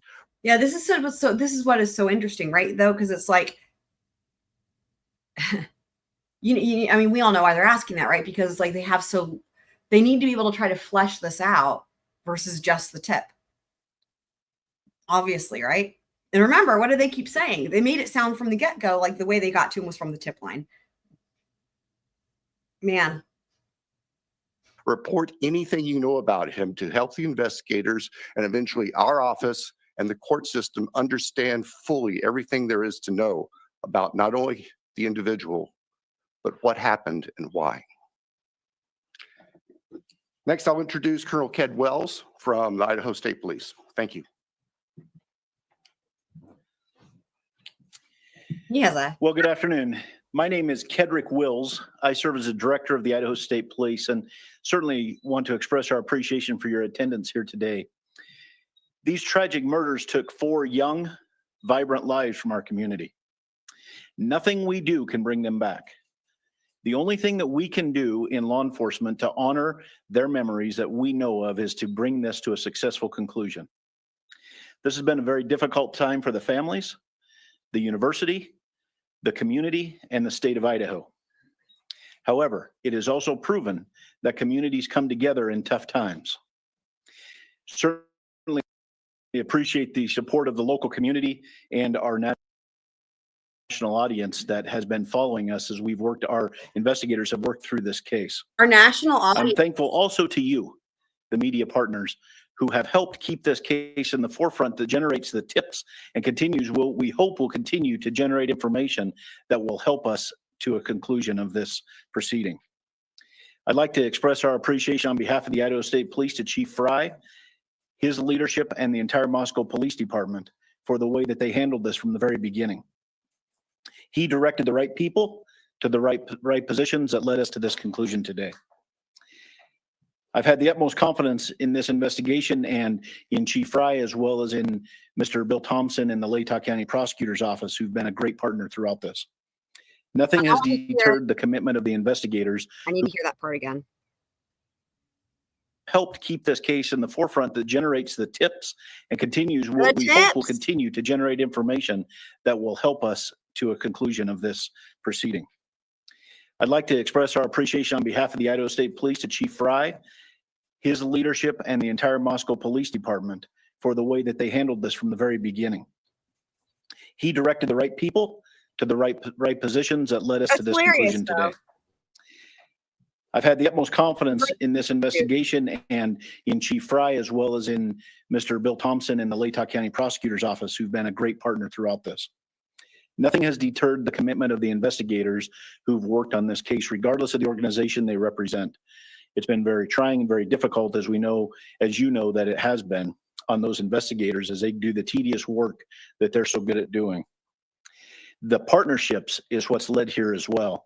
The partnerships between Moscow Police Department, I'd like to express our appreciation with the Federal Bureau of Investigation, specifically the special agent in charge out of the Salt Lake City Division, Dennis Rice, and also the work that happened in the last 24 hours in Pennsylvania with the arrest with the Pennsylvania State Police and Colonel Evanchik with the Pennsylvania State Police. We appreciate what they've done across the nation to help us as well. As Bill shared, this investigation is far from over. In fact, I appreciate what he shared, that this is not an ending, but rather a new beginning. Wow. The difference now is, as he shared, that we are dictated what information we can share by the court process and by laws in our state of Idaho. And so we will share, as he shared. In fact, I appreciate what he shared, that this is not an ending, but rather a new beginning. Closing time, every new beginning comes from some other beginning's end. Love an opportunity to reference that song. Difference now is, as he shared, that we are dictated what information we can share by the court process and by laws in our state of Idaho. And so we will share, as he shared, Mr. Thompson is absolutely committed to share everything he can share through the court process. We've got to make sure that we don't get in front of that process. And we really deeply appreciate everybody's support here. The relationships that were forged here and the partnerships that were forged have led to this. And based on that is why we're here today. And we continue to believe that the best way we can honor these 4 lives that have been taken is to make sure that we have a successful outcome here. One of the partnerships that's been forged throughout this is a partnership with the University of Idaho. And on that, I'd like to introduce the president of the University of Idaho, Mr. Scott Green. Some of you guys are super excited for this part.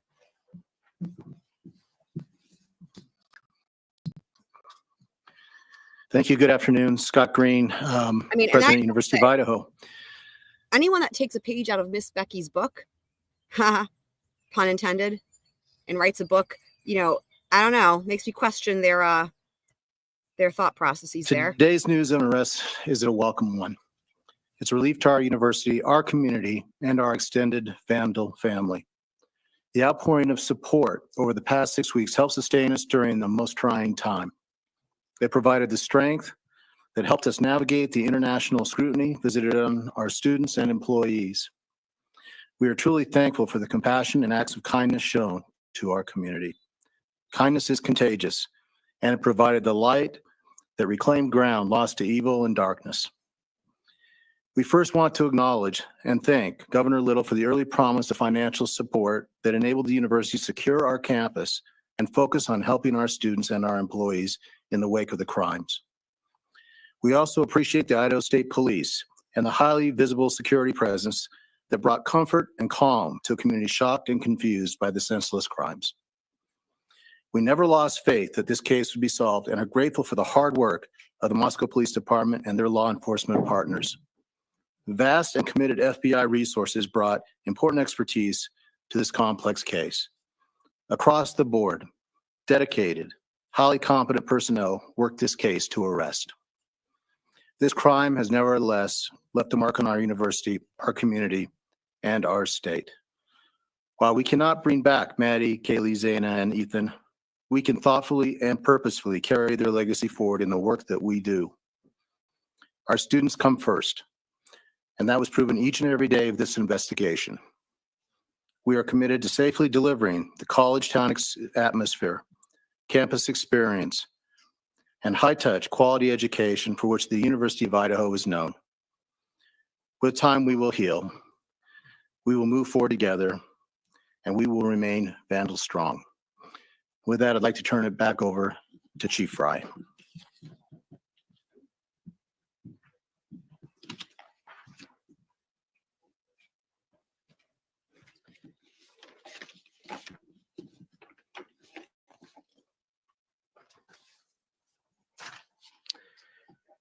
So now we will open the floor to questions. However, I want to remind everyone, as Prosecutor Bill Thompson explained, any factual information regarding the arrest of Kohberger is currently sealed per Idaho law and will not be released until he has appeared in an Idaho court.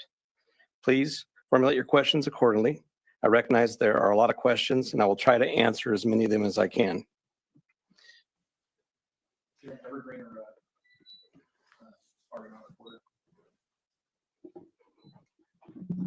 Lauren Patterson, Northwest Public Broadcasting, Spokane Public Radio. I realize the records are sealed. I guess I'm not too familiar with how it works, but can you tell us what tip, what lead, what piece of evidence really led you all the way from Idaho to the suspect in Pennsylvania? As I've said in the past, that's part of our investigation, and we won't be releasing that at this time. Wow. We will have those answers. We'll have them as soon as we can make those available to you. Then a quick follow-up and a two-parter. Is our community safe, or is law enforcement still on the search for other suspects who might be involved in this attack? What I can tell you is we have an individual in custody who committed these horrible crimes, and I do believe our community is safe, but we still need to be vigilant, right? We still have talked about this in the past. We always need to be aware of our surroundings and make sure that we're aware of what's going on.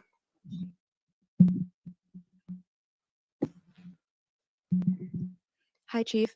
How soon into the investigation did police and law enforcement begin to spot Mr. Kohberger as a potential suspect? And a follow-up, how many tips, if you can say, were specifically related to Mr. Kohberger? To the tip part, honestly, I can't answer that question, so I'm not even going to speculate on that. None of them. On the other part, that's part of our investigation, and it will come out. I'd like the mic to please come right over here. Thank you. Dana Griffin with NBC News. Can you confirm that Kohberger asked whether or not anyone else had been arrested when he was in custody? I cannot confirm that, or I'm not sure of that information, but that would still be a part of our investigation. Did CODIS initially return any hits on this guy? That's still part of our investigation. That will come out. If we could get somebody over here, please. And then one final question. Is there any message to the online sleuths who slandered and harassed people who they believed were responsible? There was a lot of speculation going on, and we've always said from the very beginning that we're the official message that comes out, and to pay attention to what we're putting out there to the press. I'm Nancy Liu with News Nation, and we were over at the house this morning, and you told us that the remediation would begin today. It was suddenly stopped. Can you tell us why? Yes. The house cleanup has been halted, and that came by a legal request from the court. Christina Corbin, Fox News. Chief, have you identified a motive? That is part of the investigation, and that will come out as we continue the investigation. But what we still ask is for people to continually send us things in the tip line. we are still looking for more information. We're still trying to build that picture, just like we have stated all along. We're putting all the pieces together, and that will help.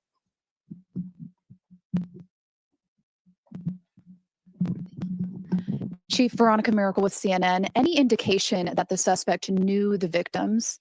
That's part of the investigation as well. It won't be something that will come out at this point in time, but as we continue the investigation and as this case goes to trial, that will be brought forth. Have you spoken to the families? Can you tell us what they've told you today? Are you talking the victims' families? Yeah, we have reached out to the victims' family as we always do, and we've done that daily, and we've continued to have contact with them. Hey, Nate Sanford, you mentioned earlier that you're still seeking tips about Bryan and that people should still share whatever information they have. Can you speak at all about what specifically people should be reaching out for, like if they know something? I would say anything and everything. As we've said all along, we know what tips we're looking for. We will take those tips and we will have professionals look at those and decide which pieces of those we need to use for our case. So we ask that everybody would do that. Angela Palermo, Idaho Statesman. Your department and other investigators on the case took a lot of flack for keeping information close to your chest. Are you glad that you did that? And were you worried about tipping the suspect off? I will 100% stand behind the way that we handled this investigation. And this all started from day one with our patrol officers arriving on scene, locking down the scene, us calling in the Idaho State Police, us calling in the FBI, and keeping information that was pertinent to this case very, very tight. We want to have a situation where when this goes to trial, there is no doubt that we've done everything right and we've slowed down and we've continued to slow down. We'll continue to do that. Hey, Chief. Have you guys found the murder weapon or the Hyundai Elantra? So we are still looking for all pieces of evidence, but we are still looking for the weapon. And I will say that we have found an Elantra. Stephanie Becker with CNN. Can you tell what it was like when you got the phone call when the police told you that they had your suspect? I can tell you, for a lot of law enforcement, it was a fairly sleepless couple of days with as we were leading up to everything that we were doing. But what I can tell you is I have faith in those agencies across the nation. I have faith in our officers. I have faith in the FBI, and they did a great job. But sure, there was They did a great job backdooring all those different databases, and sometimes even throughout the day that we were always concerned. Hi, Chief. Don, you back at CBS News. Can you talk a little bit more about the suspect's connection to Pennsylvania? All I know is that he lives in Pennsylvania. Chief Guy Tannenbaum from Nonstop Local KHQ in Spokane. More about the Elantra. We saw reports that you mentioned that you recovered an Elantra, but can you specify where that was found? And we know that that was one of the biggest pieces of information you were asking from the public to tip. Were you able to provide an information on whether those tips led to this seizure of an Elantra? That's still part of the investigation that will come out in the future. sad.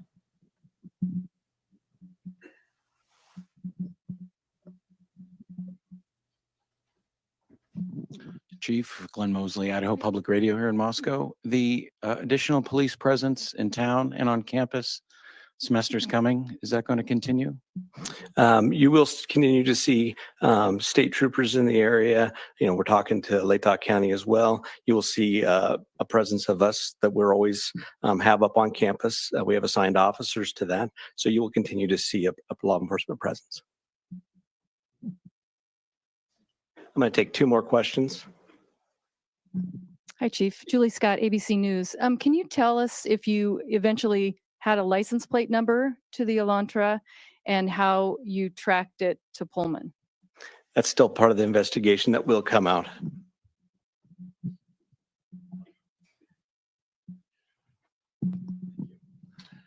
Chief, hi, Matt Lovelace with the Murrow College of Communication. I want to ask about Mr. Kohberger as a graduate student at WSU. Are you aware of if he returned to campus after November 13th? And have you had any communication with departments on the WSU campus about his attendance? So some of that is going to be followed up as we continue our investigation. We'll be asking some of those questions, but that'll come out in the near future. So what I do want to do is I want to thank you all. You really have been the national voice for us. You've given us the opportunity to get many, many tips. And I do appreciate everything you've done, and we'll continue to look forward to working with you in the future on this. So I'd like to thank you for that, and thank you for your time. Someone else is talking there. To Kane's questions about his phone, Official, who's been in the chat for a lot of different live streams, he would probably be the one to answer your questions about the phone. He seems to be really up on all the technology stuff. So I have no help there, especially if it comes to a Samsung Galaxy.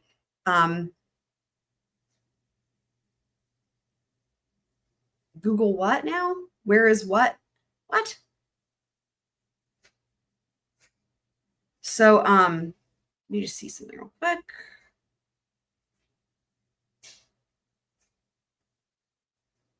Twiz says who? Who what?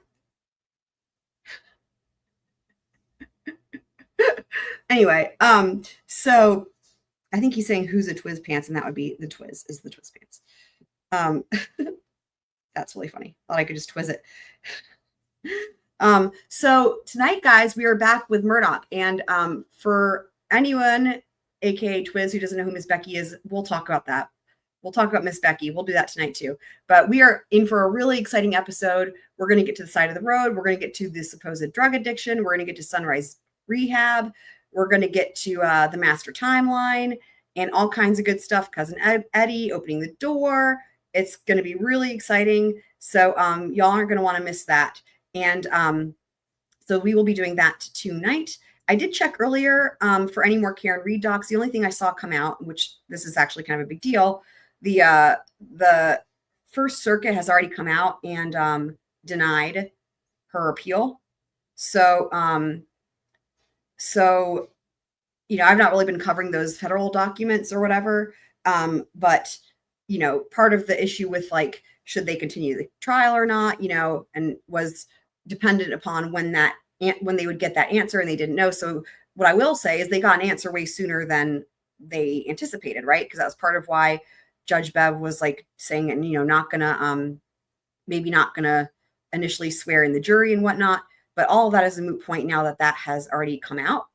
But I haven't seen any other new Karen Reed docs. And there's also so far today, not any new docs in Idaho. So if something else comes out, we may cover that before Murdoch, but otherwise we will just be going right into Murdoch later tonight. Cousin Eddie, yes, indeedly do. Yes, Cousin Eddie. So yeah. Timestamps are done for a lot of these live streams. I need to get caught up on the Murdoch timestamps, but yeah, anyone who hasn't let me know their category for members only trivia night, put that in the Discord in the members only thread. And we will be able to, that way we can get that going. I got to get those questions compiled. And, but other than that, you guys are awesome. Love y'all. And hopefully you all can join us here back in, I don't know, what's that? Like, I have it scheduled for 10 tonight. If there's anything, like I said, if anything else comes out document wise, then I'll probably move it to like 11. But otherwise, it'll be 10 p.m. Eastern time for Murdoch. And I will see you guys all then. Love y'all. And squirrel out.